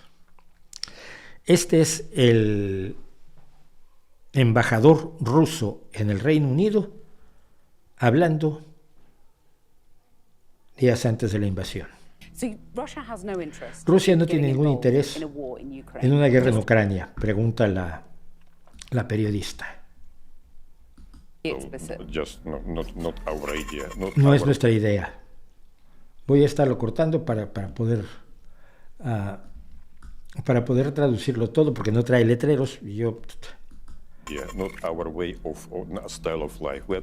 No es nuestra forma de hacer, no es nuestro estilo de vida. Somos un país pacífico. La guerra no va a ocurrir. ¿Estás seguro? Absolutamente, 100% seguro. Esto no va a ocurrir. Las maniobras militares llegarán a su fin este fin de semana. Y le pregunta a ella, ¿por qué crees que la gente no les cree a ustedes y cree que van a invadir? Esto es el 18 de febrero, 6 días antes de la invasión. Porque es una cuestión tipo Goebbels, donde si repites una cosa 100 veces, una mentira 100 veces, se convierte en verdad.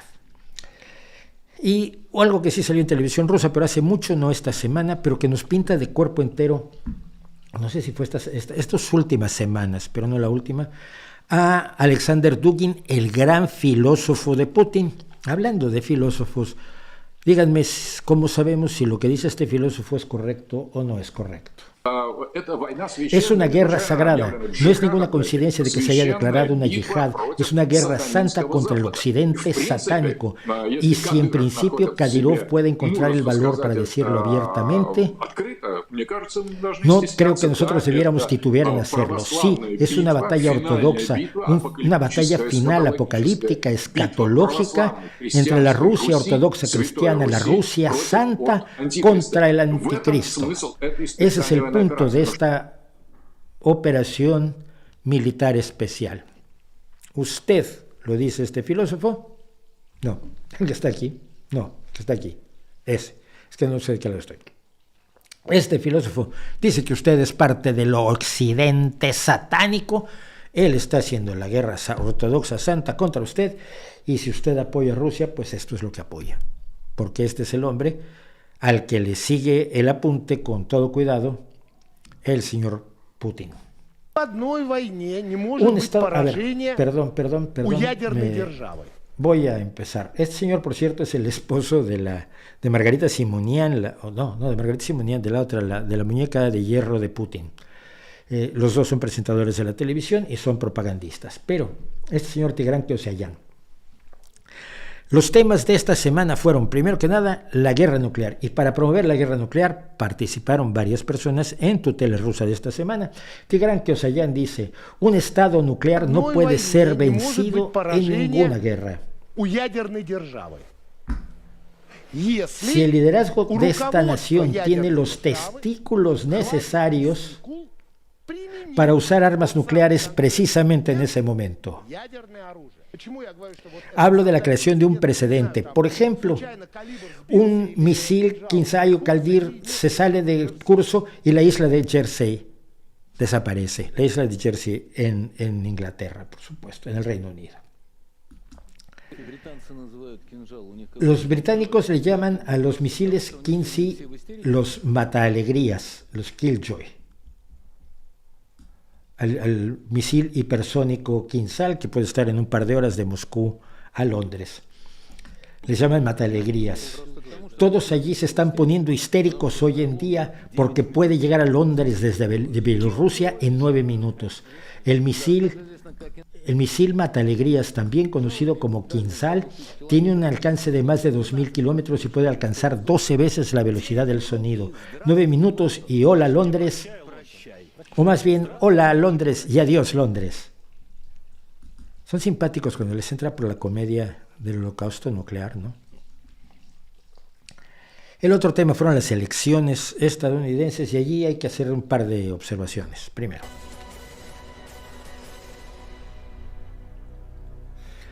buenos días queridos amigos.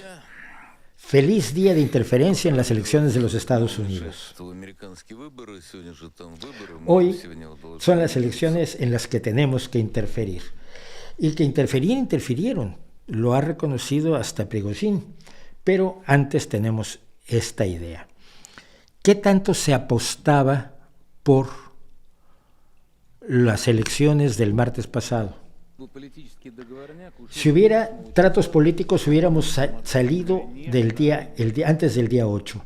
O sea, si hubiera habido un trato político entre Rusia y Biden, se hubiera anunciado el abandono de Jersón antes del día 8, que fueron las elecciones. Dice Solovyov, el propagandista número uno. Si hubo tratos políticos, teníamos que habernos ido antes del 8. Hubiera ayudado a los demócratas en las elecciones, hubiera sido un regalo para Biden. Por supuesto, es tan sencillo como que 2 y 2 son 4. Es precisamente por eso que lo anunciamos después del 8, el día 9, cuando ya no puede influir en las elecciones de Estados Unidos. Influir en las elecciones de Estados Unidos, esta es la Gaceta de Rusia, este es un medio oficial ruso, donde Yevgeny Prigozhin dice que Rusia interviene e interferirá en las elecciones estadounidenses de manera cuidadosa, precisa, quirúrgica y a su manera, como sabemos hacerlo. Durante nuestras operaciones dirigidas, sacaremos ambos riñones y el hígado al mismo tiempo. Es un hombre de negocios, uno de los oligarcas favoritos de Putin. Pero hubo la otra y la más dolorosa, el otro más doloroso tema de la tutela rusa de esta semana, y fue el que hay que mandar a los chicos a la guerra.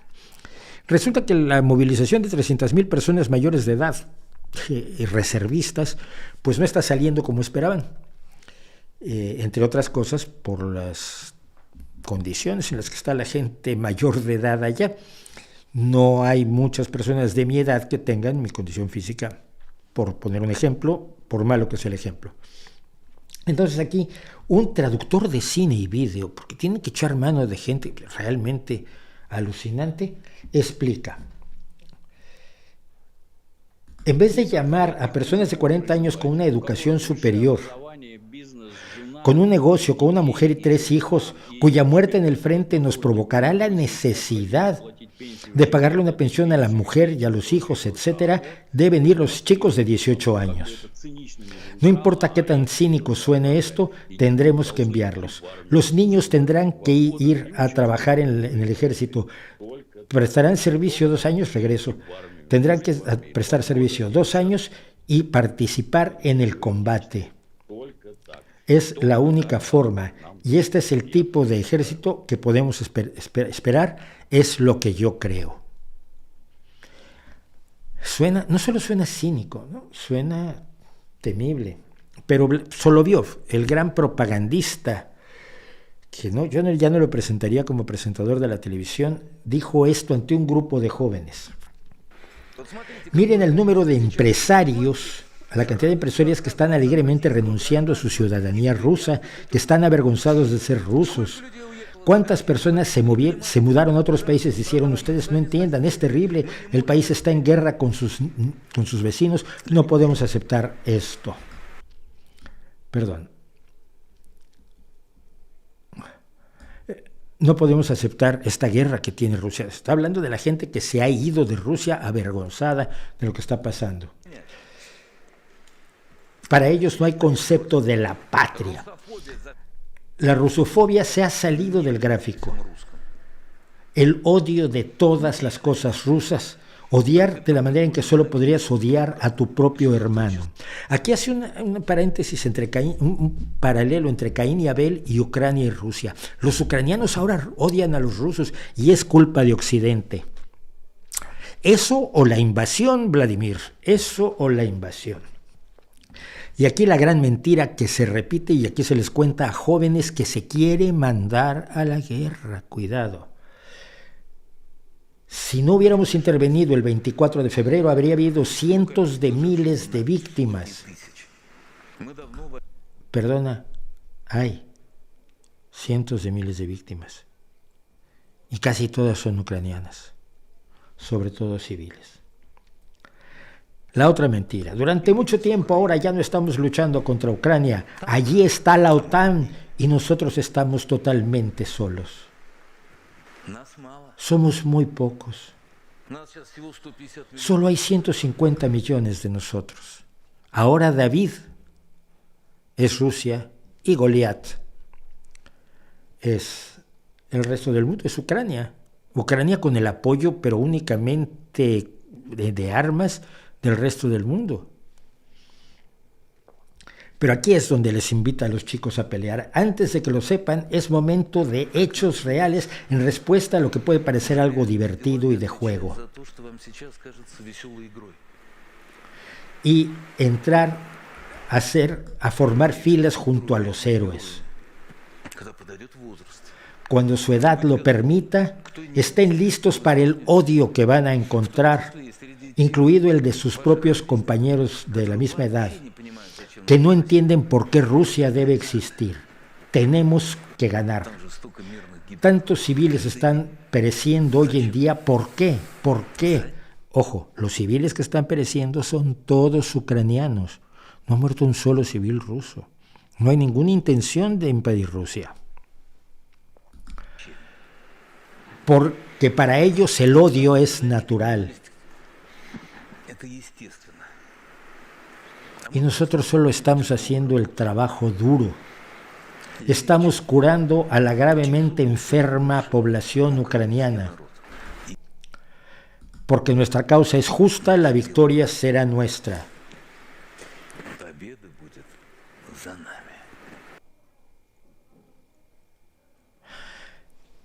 Ustedes opinen lo que quieran, yo los dejo que opinen, pero a mí me recordó mucho esto que vi hace muchísimos años de una película de 1930, basada en una novela de un novelista alemán que peleó en la Primera Guerra Mundial y que recuerda cómo se lanzó a los jóvenes alemanes a la Primera Guerra Mundial. Sí, queridos alumnos, lo que debemos hacer es poner empuje en la batalla y reunir cada átomo de fuerza para poder ganar la guerra lo antes posible. Ustedes, hijos míos, son la vida de nuestra patria. Son los hombres con sangre de hierro de Alemania. Son los alegres muchachos que estarán dispuestos a combatir al enemigo cuando se les llame para hacerlo. No soy quien para sugerirles que ustedes deberían ofrecerse a defender su país. Pero me pregunto si se les ha pasado por la cabeza. Si las jóvenes se enorgullecen de quienes los usan, ¿por qué avergonzarse de ello? Sé que nunca han buscado ser héroes. No forma parte de mis enseñanzas. Hemos rezado para ser útiles y para tener un buen motivo de serlo. Ser el primero en el combate no debe despreciarse. Será una guerra rápida y habrá muy pocas bajas. Pero si hubiera muchas, recordemos una frase que dijeron los romanos cuando luchaban en tierras ajenas. Dulcet decorum est pro patria mori. Hermoso y digno es morir por la madre patria. Pero ahora nos llama nuestra tierra. La patria necesita líderes. Tenemos que dejar a un lado las ambiciones personales y empezar a sacrificarnos por nuestro país. He aquí un glorioso comienzo para sus vidas. El campo del honor les llama. ¿Por qué siguen aquí? A usted, Krupp, ¿qué le retiene? Usted, Müller, ¿sabe cuánto le necesitan? Ah, veo que mira a su líder. Y yo también le miro, Paul Baumer, y me pregunto qué va a hacer. Iré. ¿Y yo? Y allí van todos entusiastas a la guerra, a esa guerra horrorosa que fue la Primera Guerra Mundial, la guerra de trincheras, la guerra de las armas químicas, la guerra tan brutal que se pensó que era la guerra para terminar con todas las guerras, salvo por Hitler. Y ahora que creíamos que habíamos terminado con la guerra en Europa, salvo por Putin. A mí me recordó eso, no sé qué les recuerde a ustedes, pero esta fue su tele rusa de la semana.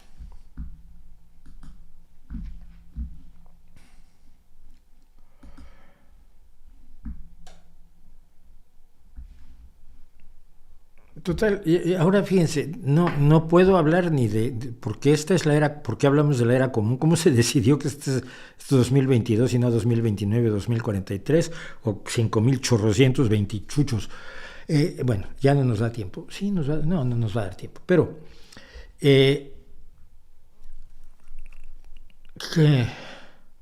¿Cómo ves el fenómeno mediático de Ron DeSantis? El fenómeno de Ron DeSantis se encuadra en las elecciones que acabamos de pasar. Hemos hablado de Ron DeSantis cuando lanzó en aviones a una serie de inmigrantes venezolanos, además, gente que está huyendo de la dictadura venezolana, que se supone que los republicanos deberían acoger, ¿no? Y los mandó a Martha's Vineyard en un avión. Ron DeSantis, no sé si está loco o es demasiado listo. Me explico. La clase de barbaridades que ha dicho, evidentemente, son atractivas para el sector más enloquecido del Partido Republicano, para el sector MAGA, el Make America Great Again, para el sector que creía en el QAnon, que QAnon está un poco desaparecido, pero es la base de todas las conspiraciones actuales, que creen que, por supuesto, las elecciones de 2020 se las robaron a Donald Trump, que las ganó, que cree que incluso la insurrección del 6 de enero de 2021 fue provocada por Antifa, por los que se hacen llamar Antifa en Estados Unidos, y que en realidad no la hicieron los republicanos, ni la hicieron la gente de Trump, ni nada por el estilo, y además pues ni siquiera fue una insurrección. El hecho de que murieran algunas personas tampoco es para ponerse en un plan muy exigente. Bueno, ese tipo de gente que cree todo eso y que cree en todas las mentiras que los conspiracionistas han estado vendiendo en los últimos años, mientras la gente razonable sentimos a veces que basta que digamos que no es cierto y basta que sepamos que no es cierto para desactivarlo, y no es así. Es clarísimo ya a estas alturas que no es así. Todo lo ha retomado Ron DeSantis. No sé si por interés o porque se lo cree. No sé si porque sabe que le conviene, porque eso le atrae los votos de los sectores más residuales, más marginales, más extremistas, más cercanos a la guerra civil en Estados Unidos o a la violencia. Decía yo que una guerra civil la veo más difícil. Y entonces lo hace calculadamente, o si realmente está buscando la presidencia de Estados Unidos para ser peor que Trump. Porque puede ser peor que Trump. Porque si se lo cree realmente, él tiene una base ideológica. Trump carece totalmente de base ideológica. Trump es un narcisista y un sociópata. Y un narcisista y un sociópata no pueden tener una ideología. ¿Por qué? Porque lo único que les interesa es su bienestar, y la sociopatía implica el desprecio absoluto por todos los que están a su alrededor, salvo cuando les sirven, cuando les aplauden, cuando les generan dinero, cuando les generan beneficios. Es decir, desconocen la empatía. Entonces, Ron DeSantis, si se cree lo que dice, tiene un esquema ideológico de derecha mucho más sólido que el de Donald Trump, y viene más a cuento con los planes de Steve Bannon. Es como yo lo veo. Lo que no puedo, de veras me desborda completamente, es el hecho de que lo hayan reelecto gobernador en Florida. Pero ha ganado, al parecer, las elecciones del martes pasado y va a ser el gobernador.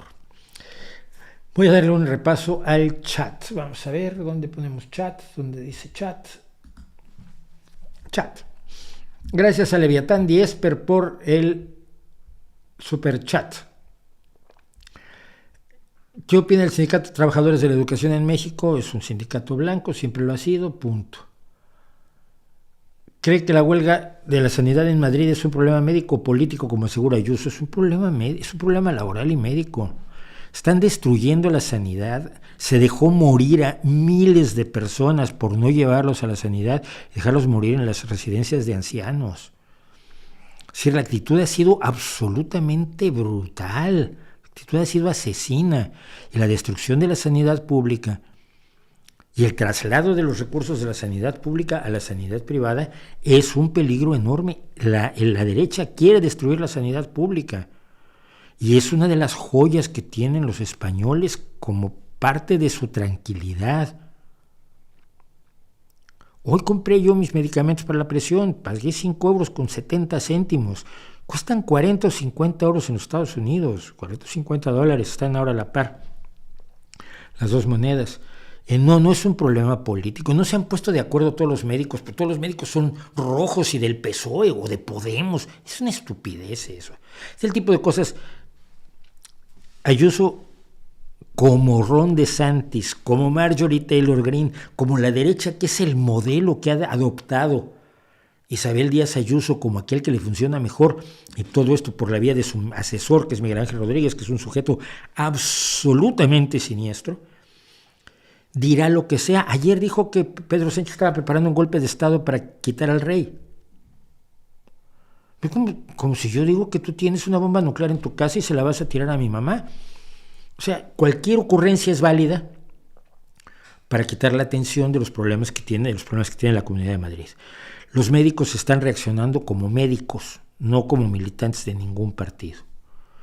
Están reaccionando como médicos que quieren, lo que quieren todos los médicos, poder atender a sus pacientes, salvar vidas, tener la satisfacción de hacer un trabajo bien hecho, de curar gente que está enferma, de salvar vidas que están en peligro, nada más, y ser parte de una sanidad digna, honesta y ejemplar a nivel mundial, que se está tratando de cargar el PP y que está en el único lugar donde lo está pudiendo hacer, porque ha tenido el poder misteriosamente también durante muchísimos años, pues es en Madrid.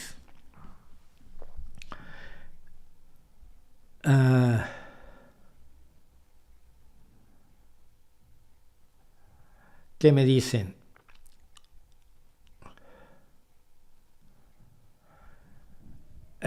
Tu opinión acerca de la reforma que quiere hacer AMLO para modificar el INE. Creo que hay que defender al INE. El INE es el Instituto Nacional Electoral de México, que fue precedido por la Comisión Nacional Electoral, que fue precedida por cuando el gobierno organizaba las elecciones y se las robaba.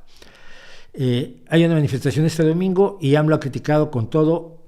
Sí, López Obrador ha dicho que cualquiera que participe en esa manifestación es racista, es clasista, es defensor del conservadurismo y es enemigo de la obra social de su gobierno. Obra social que está muy en veremos, porque fuera de regalar dinero en una acción de carácter clientelista, más populista que de izquierda en realidad, más peronista, más de caridad que de solidaridad social, que es de lo que se deberían tratarla, es en lo que se deberían invertir los recursos de un país cuando quieres combatir la pobreza.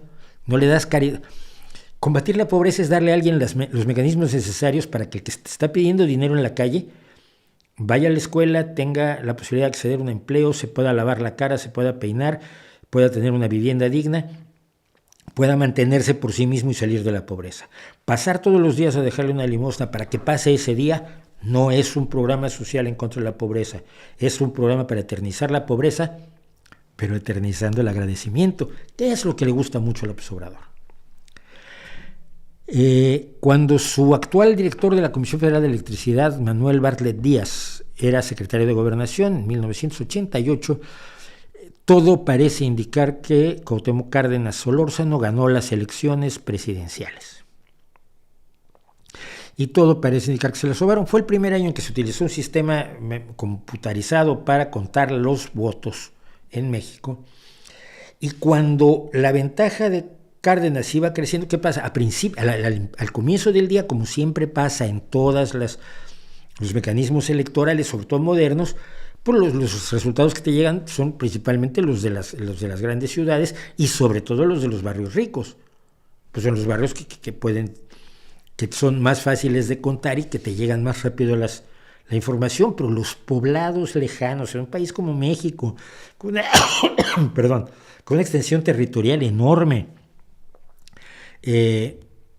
pues de los pueblos pequeños, de las ciudades pequeñas llegan después, y de los pueblos pequeños llegan después. Entonces, después de que habían llegado, que el PRI venía ganando todo el día, hacia la noche, hacia el atardecer, empezaron a llegar votos del interior del país y resultó que Cárdenas estaba ganando y empezó a tener una ventaja y se cayó el sistema.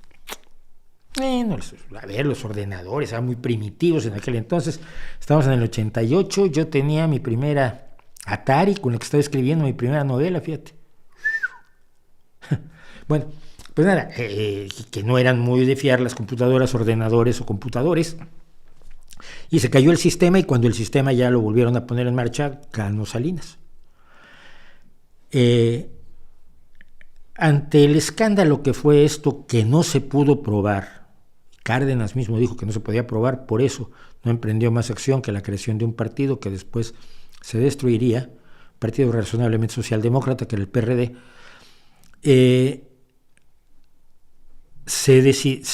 Hubo presiones sociales e internacionales, sobre todo, para que se creara un organismo autónomo que vigilara y organizara las elecciones, porque cuando el gobierno organiza las elecciones, hombre, gana el gobierno, pues y así se mantuvo México con un mismo partido durante 80 y tantos años. Entonces se creó primero la Comisión Federal Electoral, y luego el Instituto Nacional Electoral. El Instituto Nacional Electoral es un instituto autónomo y ese instituto fue el que permitió que López Obrador ganara las elecciones en 2018. 2018, ¿no? Sí, 2018. Porque es un organismo autónomo que no está controlado por el gobierno, porque el gobierno no hubiera permitido nunca que López Obrador ganara las elecciones, pero las ganó. Y entonces es presidente. Y ahora lo que quiere es acabar con el Instituto Nacional Electoral para que el gobierno vuelva a organizar las elecciones de cara a que en 2024 haya elecciones en México, y al parecer lo que quiere es que gane su partido sin que nadie se le pueda poner enfrente. Ha hecho una serie de ataques hacia el Instituto Nacional Electoral que el problema que tienen es que son mentira. Los ha acusado de gastos que no hicieron, o una encuesta, por ejemplo, multiplicó por varios factores lo que había costado la encuesta para decir que están desperdiciando el dinero. Dice que tiene unos salarios que no tiene ni él presume de tener un salario más bajo que todos sus colaboradores, por lo tanto no veo por qué otros funcionarios no puedan tener sueldos más altos que él, si todos los suyos a los que él les reparte dinero, pues todos tienen sueldos más altos, etcétera. Entonces se ha convocado esta manifestación, y a mí estas manifestaciones me preocupan mucho porque sean herramientas de la derecha, del PRI, del PAN y del PRD para volver a tomar el poder, porque no son solución de absolutamente nada. Y no voy a estar de su lado por el solo hecho de oponerme al gobierno de López Obrador por sus atrocidades, sus tropelías, su traición a la izquierda y su traición al pueblo. Pero en el caso de esta, y he estado en comunicación con gente, con amigos en México, en el caso de esta manifestación es una manifestación ciudadana, y si estuviera en México iría. El Instituto Nacional Electoral debe ser el encargado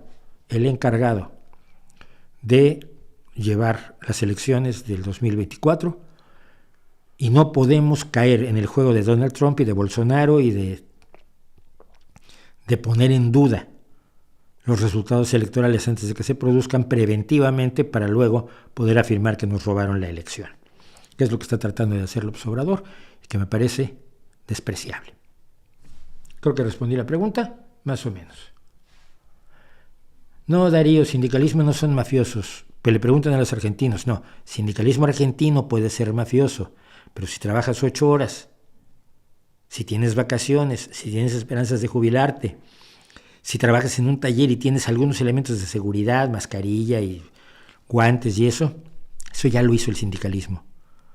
Sí que trata de decir, mira, tenemos que mejorar el sindicalismo argentino y no tenemos que denigrar a todo el sindicalismo porque en el argentino metimos la pata y dejamos que los líderes se levantaran con todo el poder. A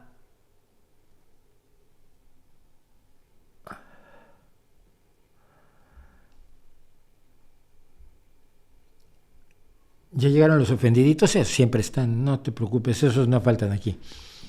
Me sigue desde 2015, qué barbaridad. Al ver su visión de la muerte, podría decir alguna reflexión para cuando ya no se encuentre con nosotros. Sí, pero no ahora, un día cuando ya la sienta cerca, ¿no?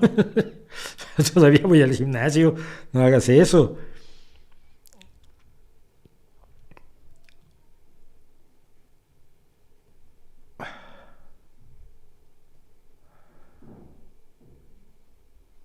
A ver, ni el libertario más acérrimo como Juan Ramón Rollo estaría de acuerdo con liberar los aranceles aduaneros. No estoy tan seguro, No estoy tan seguro. Rayo es uno que quiere ser más extremista que los extremistas. Supongo que porque esto le da puntos en el mundillo extremo, ¿no? Por ejemplo, cuando lo de las mascarillas, esto ya lo traigo frito, hemos discutido un par de veces. Por lo de Texas en el invierno del año pasado, cuando de pronto alguien recibió $20,000 de electricidad este mes, ¿o cómo? No eran 20,000, pero era una cantidad absolutamente ridícula. Y he discutido 2 veces con Rayo y siempre le acabo preguntando cuándo va a ser la escasez de mascarillas porque todavía no viene. Él se va a extremos, pero no sé si lo hace por publicidad o por quedar bien o porque realmente lo cree. No vi la película El Ente, lo siento, Roberto.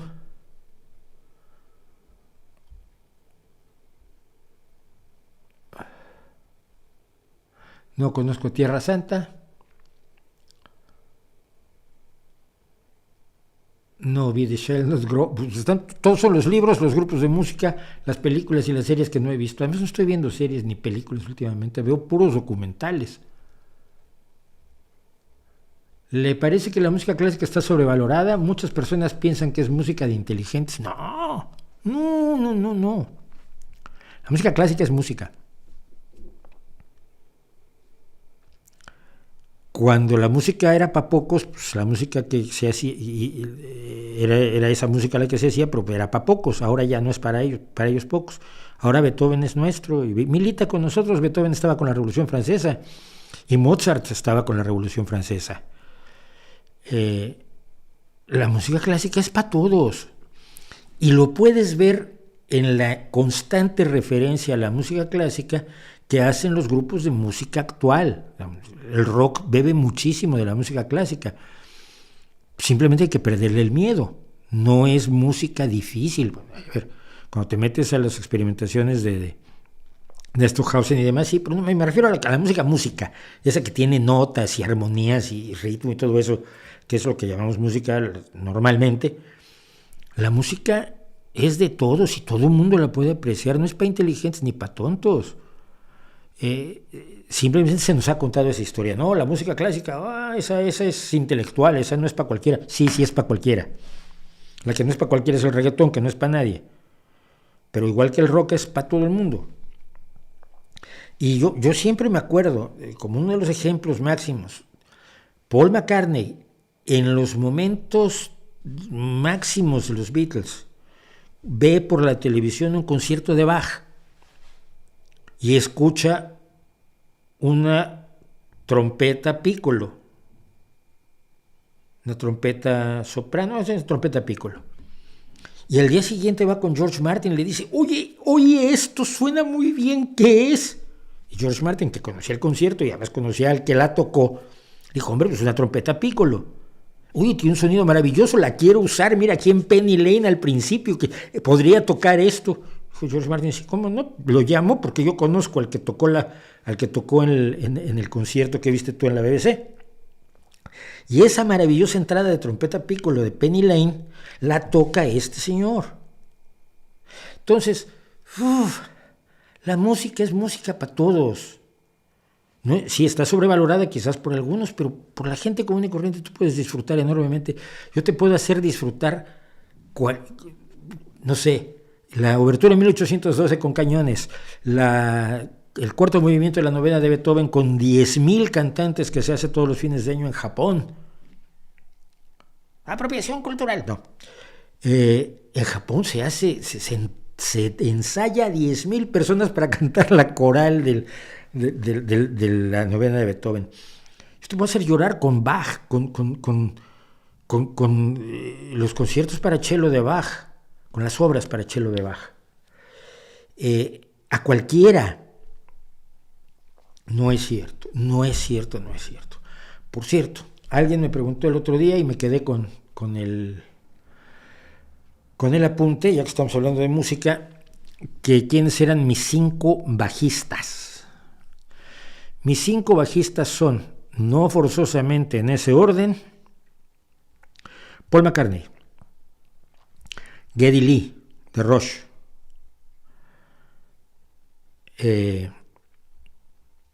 John Entwistle, de los Who, Roger Deacon, de Queen, y Carol Kaye. Y si no conocen a Carol Kaye, es un grave problema, porque Carol Kaye fue la más importante bajista de sesión. Ella nunca tocó en ningún grupo. Vive Carol, por cierto. Ella nunca tocó en ningún grupo, pero la llamaban para tocar en las grabaciones de todo el mundo. Carol Kaye ha hecho algunas de las más famosas líneas de bajo de la historia en canciones en las que a veces no aparece ni siquiera registrada, porque cobraba $20 por tocar una canción y luego se iba y cobraba otros 20 en otro lado. Recordemos que la arpista que tocó She's Living Home de los Beatles creo que cobró 10 libras, porque era lo que tocaban los llamados músicos de sesión, músicos que van de estudio en estudio haciendo sesiones musicales para hacer realidad las visiones musicales de todo el mundo. Y Carol Kaye es uno de los monstruos del bajo y todos los bajistas del mundo la reconocen, pero la gente común y corriente no suele reconocerla. Los otros, lo que hacen todos ellos en el bajo trasciende la idea de que el bajo es un instrumento rítmico que toca la primera y la quinta, ¿no? Entonces, toca la primera y la quinta de los acordes y con eso ya eres bajista. Que yo lo llegué a hacer con un contrabajo, pero lo hacía yo muy mal. Pero lo que hace Paul McCartney, lo que hace Deacon tiene canciones que las reconoces por la entrada del bajo. Under Pressure, por ejemplo, ¿no?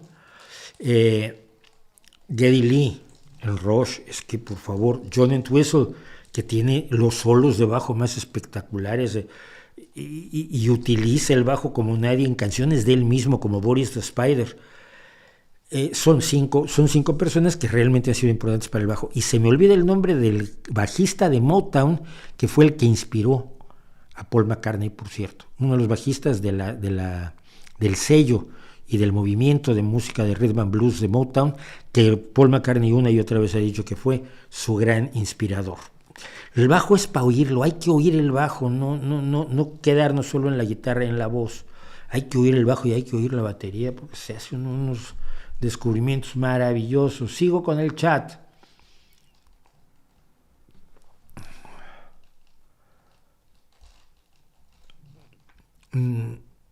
A ver, han preguntado mucho sobre Dimash Kudaibergen. Ya lo hemos oído. Sí, Dimash tiene una voz impresionante. A mí me resulta frío. A mí me resulta acrobático. Tengo un problema con el virtuosismo acrobático. Y esto lo veía yo con un chavalín que decía, pues sí, Jimi Hendrix ni que fuera tan bueno, yo puedo tocar todo lo que toca Jimi Hendrix. Sí. Lo que no puedes es originarlo, puedes copiarlo. En internet, en YouTube tenemos gente que toca todo lo imaginable en guitarra, en bajo, en batería, en oboe, en violín, en cello, en el instrumento que ustedes quieran. El talento surge, pero a marejadas. Pero pocos de ellos toman ese talento y lo convierten en algo original que le tenga una nueva propuesta a quienes disfrutamos de la música. Ese es el otro paso. Entonces, cuando tienes a Floor Jansen cantando lo que sea, cantando Metal en Nightwish o cantando canciones de Frozen, la acabo de escuchar, de Frozen, dices, esa mujer deja la vida en el micrófono y tú lo sientes. Algunos, y es el caso de Dimash, ojalá me equivoque, pero siento que es eso. Está tratándote de demostrar que tiene muy buena voz y que tiene un rango impresionante de notas, puede cantar notas muy, muy graves, puede cantar notas muy agudas, que puede hacer unos glissandos y saltar de la voz de pecho a la voz de cabeza con gran facilidad, y está demostrándote su habilidad vocal, pero no me convencen sus canciones. En cambio, Joe Cocker, que cantaba como una lija arrastrada sobre unas piedras rugosas, te convencía porque se la creía del todo. Y el arte es eso. El talento y el virtuosismo son solo una pequeña parte. Hay muchos chelistas que pueden tocar todo Bach sin pestañear. Pocos pueden hacerte llorar con Bach, como Yo-Yo Ma, por poner un ejemplo. Una 914, qué barbaridad. A ver, la banda de Rock New, no la conozco.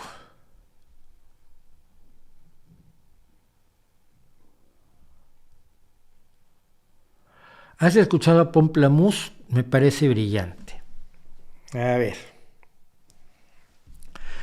Pomplamoose es uno de los experimentos de covers más interesantes de la historia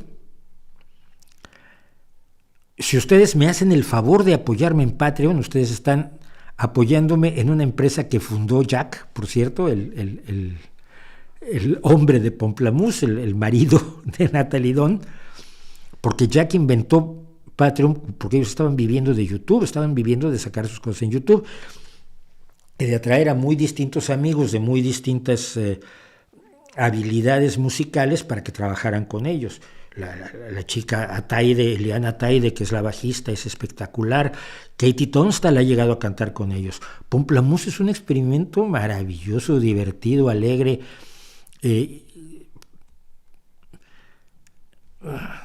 con propuestas sólidas, pero, cuando Natalie canta chanson francesa en francés, es Dios. Es absolutamente Dios. Le he oído cosas de todos los grandes compositores franceses de la chanson francés, y me parece que es lo que debería estar haciendo toda su vida, pero con ello no va a tener el éxito que tiene cuando hace covers y mashups de canciones pues, más o menos conocidas, de música más o menos conocida. Pomplamoose me encanta Scary Pockets, que es el grupo que tiene Jack por su parte, y ella acaba de hacer otro grupo cuyo nombre ni siquiera me ha aprendido porque salió hace un par de semanas. Así que sí, soy fan de Pomplamoose. ¿Qué álbum es más genial para ti, Robert Soul o Revolver? No hagas eso. Ay, estamos totalmente en la música. Bueno, a ver. Robert Soul es el álbum en el que los Beatles dicen: ¿se acuerdan que éramos un grupo de pop así como tantos grupos desechables de toda la historia, como Herman's Hermits y como Jerry and the Pacemakers y como todos esos grupos, o como Rory and the Thunderbolts, todos los grupos que eran absolutamente desechables, llegaban a tener un éxito y ya, era la repera, y luego pues, había que irse a su casa y aprender otra vez el oficio de carnicería del abuelo porque en la música no tenías futuro. Eso eran los Beatles en los primeros discos. Y en Robert Soul llegan y dicen: es que aparte somos músicos y aparte vamos a revolucionar el rock. Robert Soul es una maravilla en ese sentido, pero Revolver es la revolución en marcha. Revolver además es donde ya su interés por la experimentación en el estudio con cintas que se mueven al revés, con solos mucho más complicados, con la música indostana incluso, etcétera, florece. Yo creo que independientemente de que Robert Soul es un hito importantísimo y que canciones como Norwegian Wood simple y sencillamente no se pueden pasar por alto en la historia de la música, más de que a mí me sirvió para aprender que existían los modos y no solamente las escalas mayores y menores tradicionales. Revolver probablemente es un disco mucho más profundo, mucho más llamativo, mucho más... ahora ya puedo hacer exactamente lo que me da la gana, porque en Robert Soul demostré que podía salirme del carril de la industria musical de aquel momento y podía salirme del carril y seguir vendiendo discos. Entonces, como seguí vendiendo discos, me dijeron: ¿y qué más quieres hacer ahora? Pues ahora voy a hacer esto. Vale, hazlo. Robert Soul fue el amanecer, pero el día de Soul es Revolver y Sgt. Pepper's, por supuesto. Pero sí, ¿no? De esos dos álbumes yo creo que me quedaría con Revolver.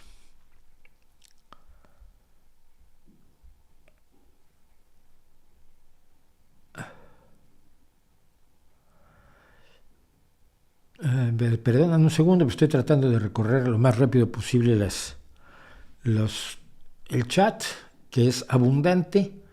Recomiendo escuchar a Tim Minchin. A Tim Minchin lo conozco antes que fuera famoso, hombre. Gracias por el superchat. A Trigaro, ¿qué opina del...? Ese fue el que me preguntó de Le Corbusier. Ya no sé si estoy regresando, oyendo o qué.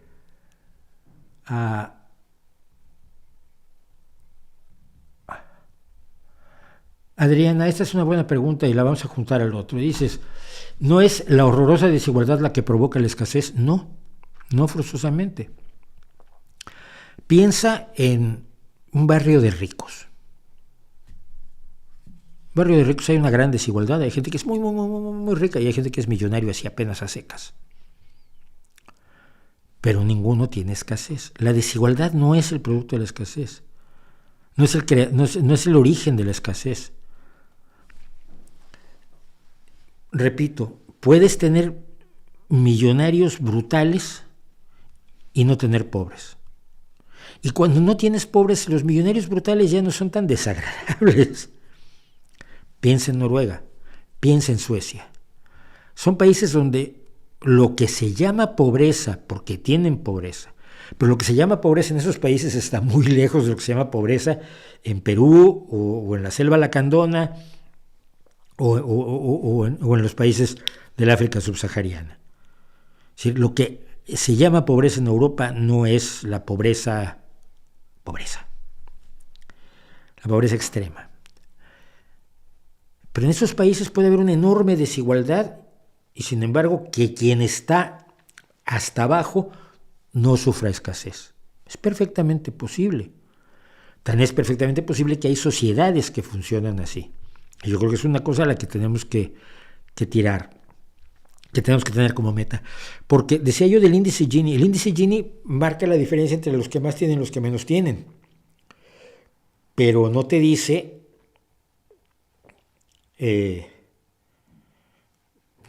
nada sobre las condiciones de vida de los que menos tienen. No te dice nada sobre cómo se está desarrollando su cotidianidad.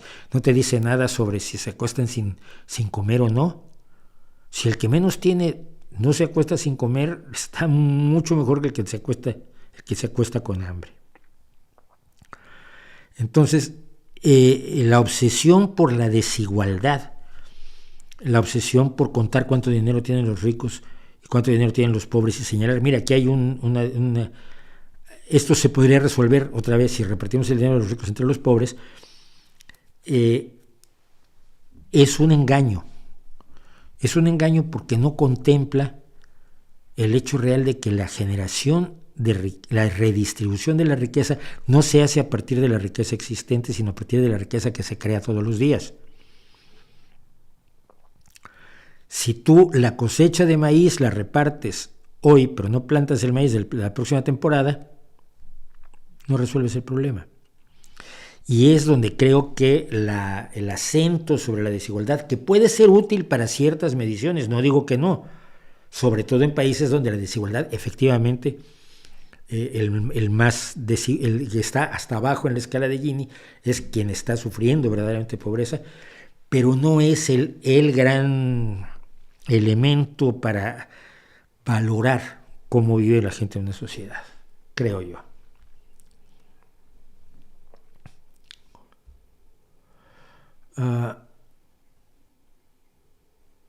¿Qué opinan de que los expresidentes de México vivan en España? Pues yo creo que hasta mejor, ¿no? Mientras no molesten aquí, no molesten en México. Yo no creo que los expresidentes deban tener ninguna función en el país, ni siquiera los españoles.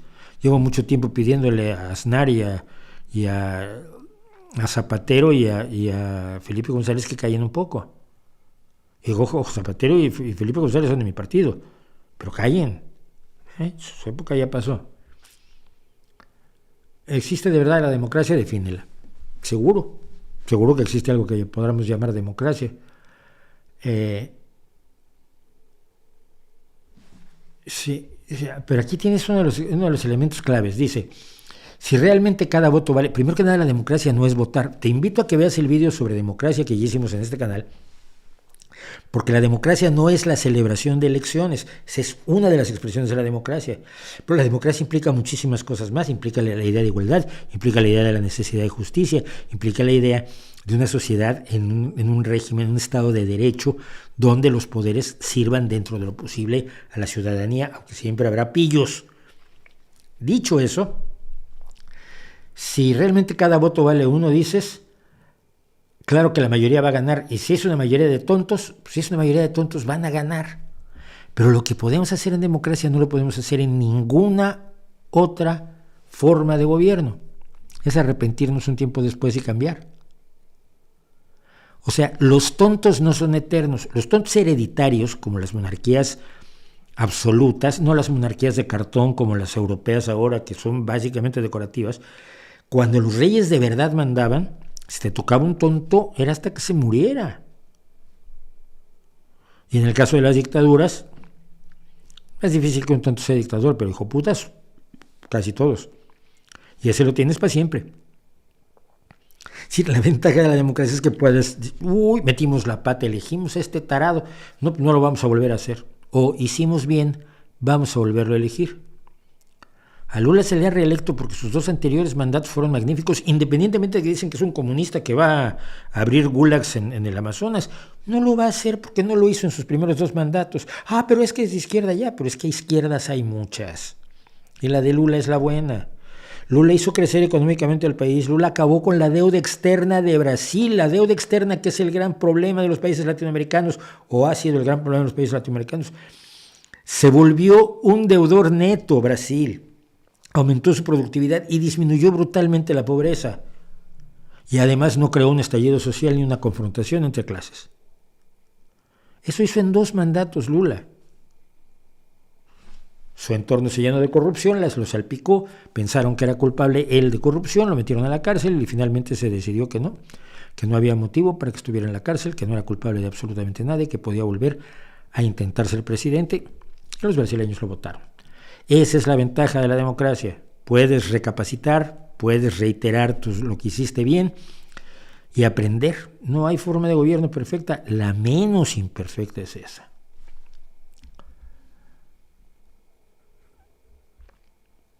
Se extraña la tontería posmo de la semana, es cierto, pero no tengo tiempo de prepararlo todo porque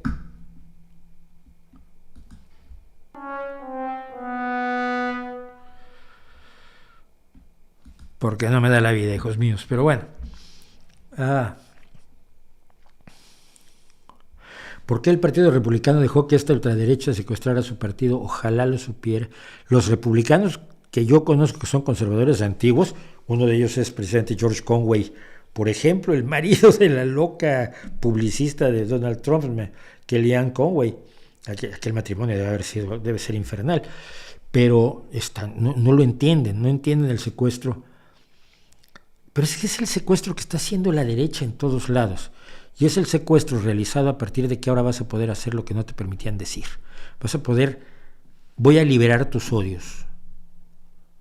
Hago legítimo que digas y hagas cosas que era ilegítimo hacer porque se consideraba que la democracia nos lo impedía. No sé, me lo imagino. El resto del chat de hoy, se los voy a dejar para otro día porque son las 9:28, otra vez se nos echó el tiempo encima, otra vez se nos quedan cosas en la faltriquera. Y otra vez les digo que muchísimas gracias por acompañarme. 310 personas, en un momento dado tuvimos casi 400. Les recuerdo que por favor le den me gusta, se suscriban y si pueden nos apoyen y sobre todo recomienden el canal para que más personas puedan estar sometidas a estas observaciones que pueden ser útiles por lo menos para pensar y pensar como se debe pensar, que es gratis. Hasta la próxima semana, nos vemos el miércoles en el temático, nos vemos el jueves aquí en el streaming y hasta entonces ahí les dejo mi reputación para que la hagan pedazos. Y ahí es donde yo hago clic y pasa la salida, pero no pasó. Ahora sí.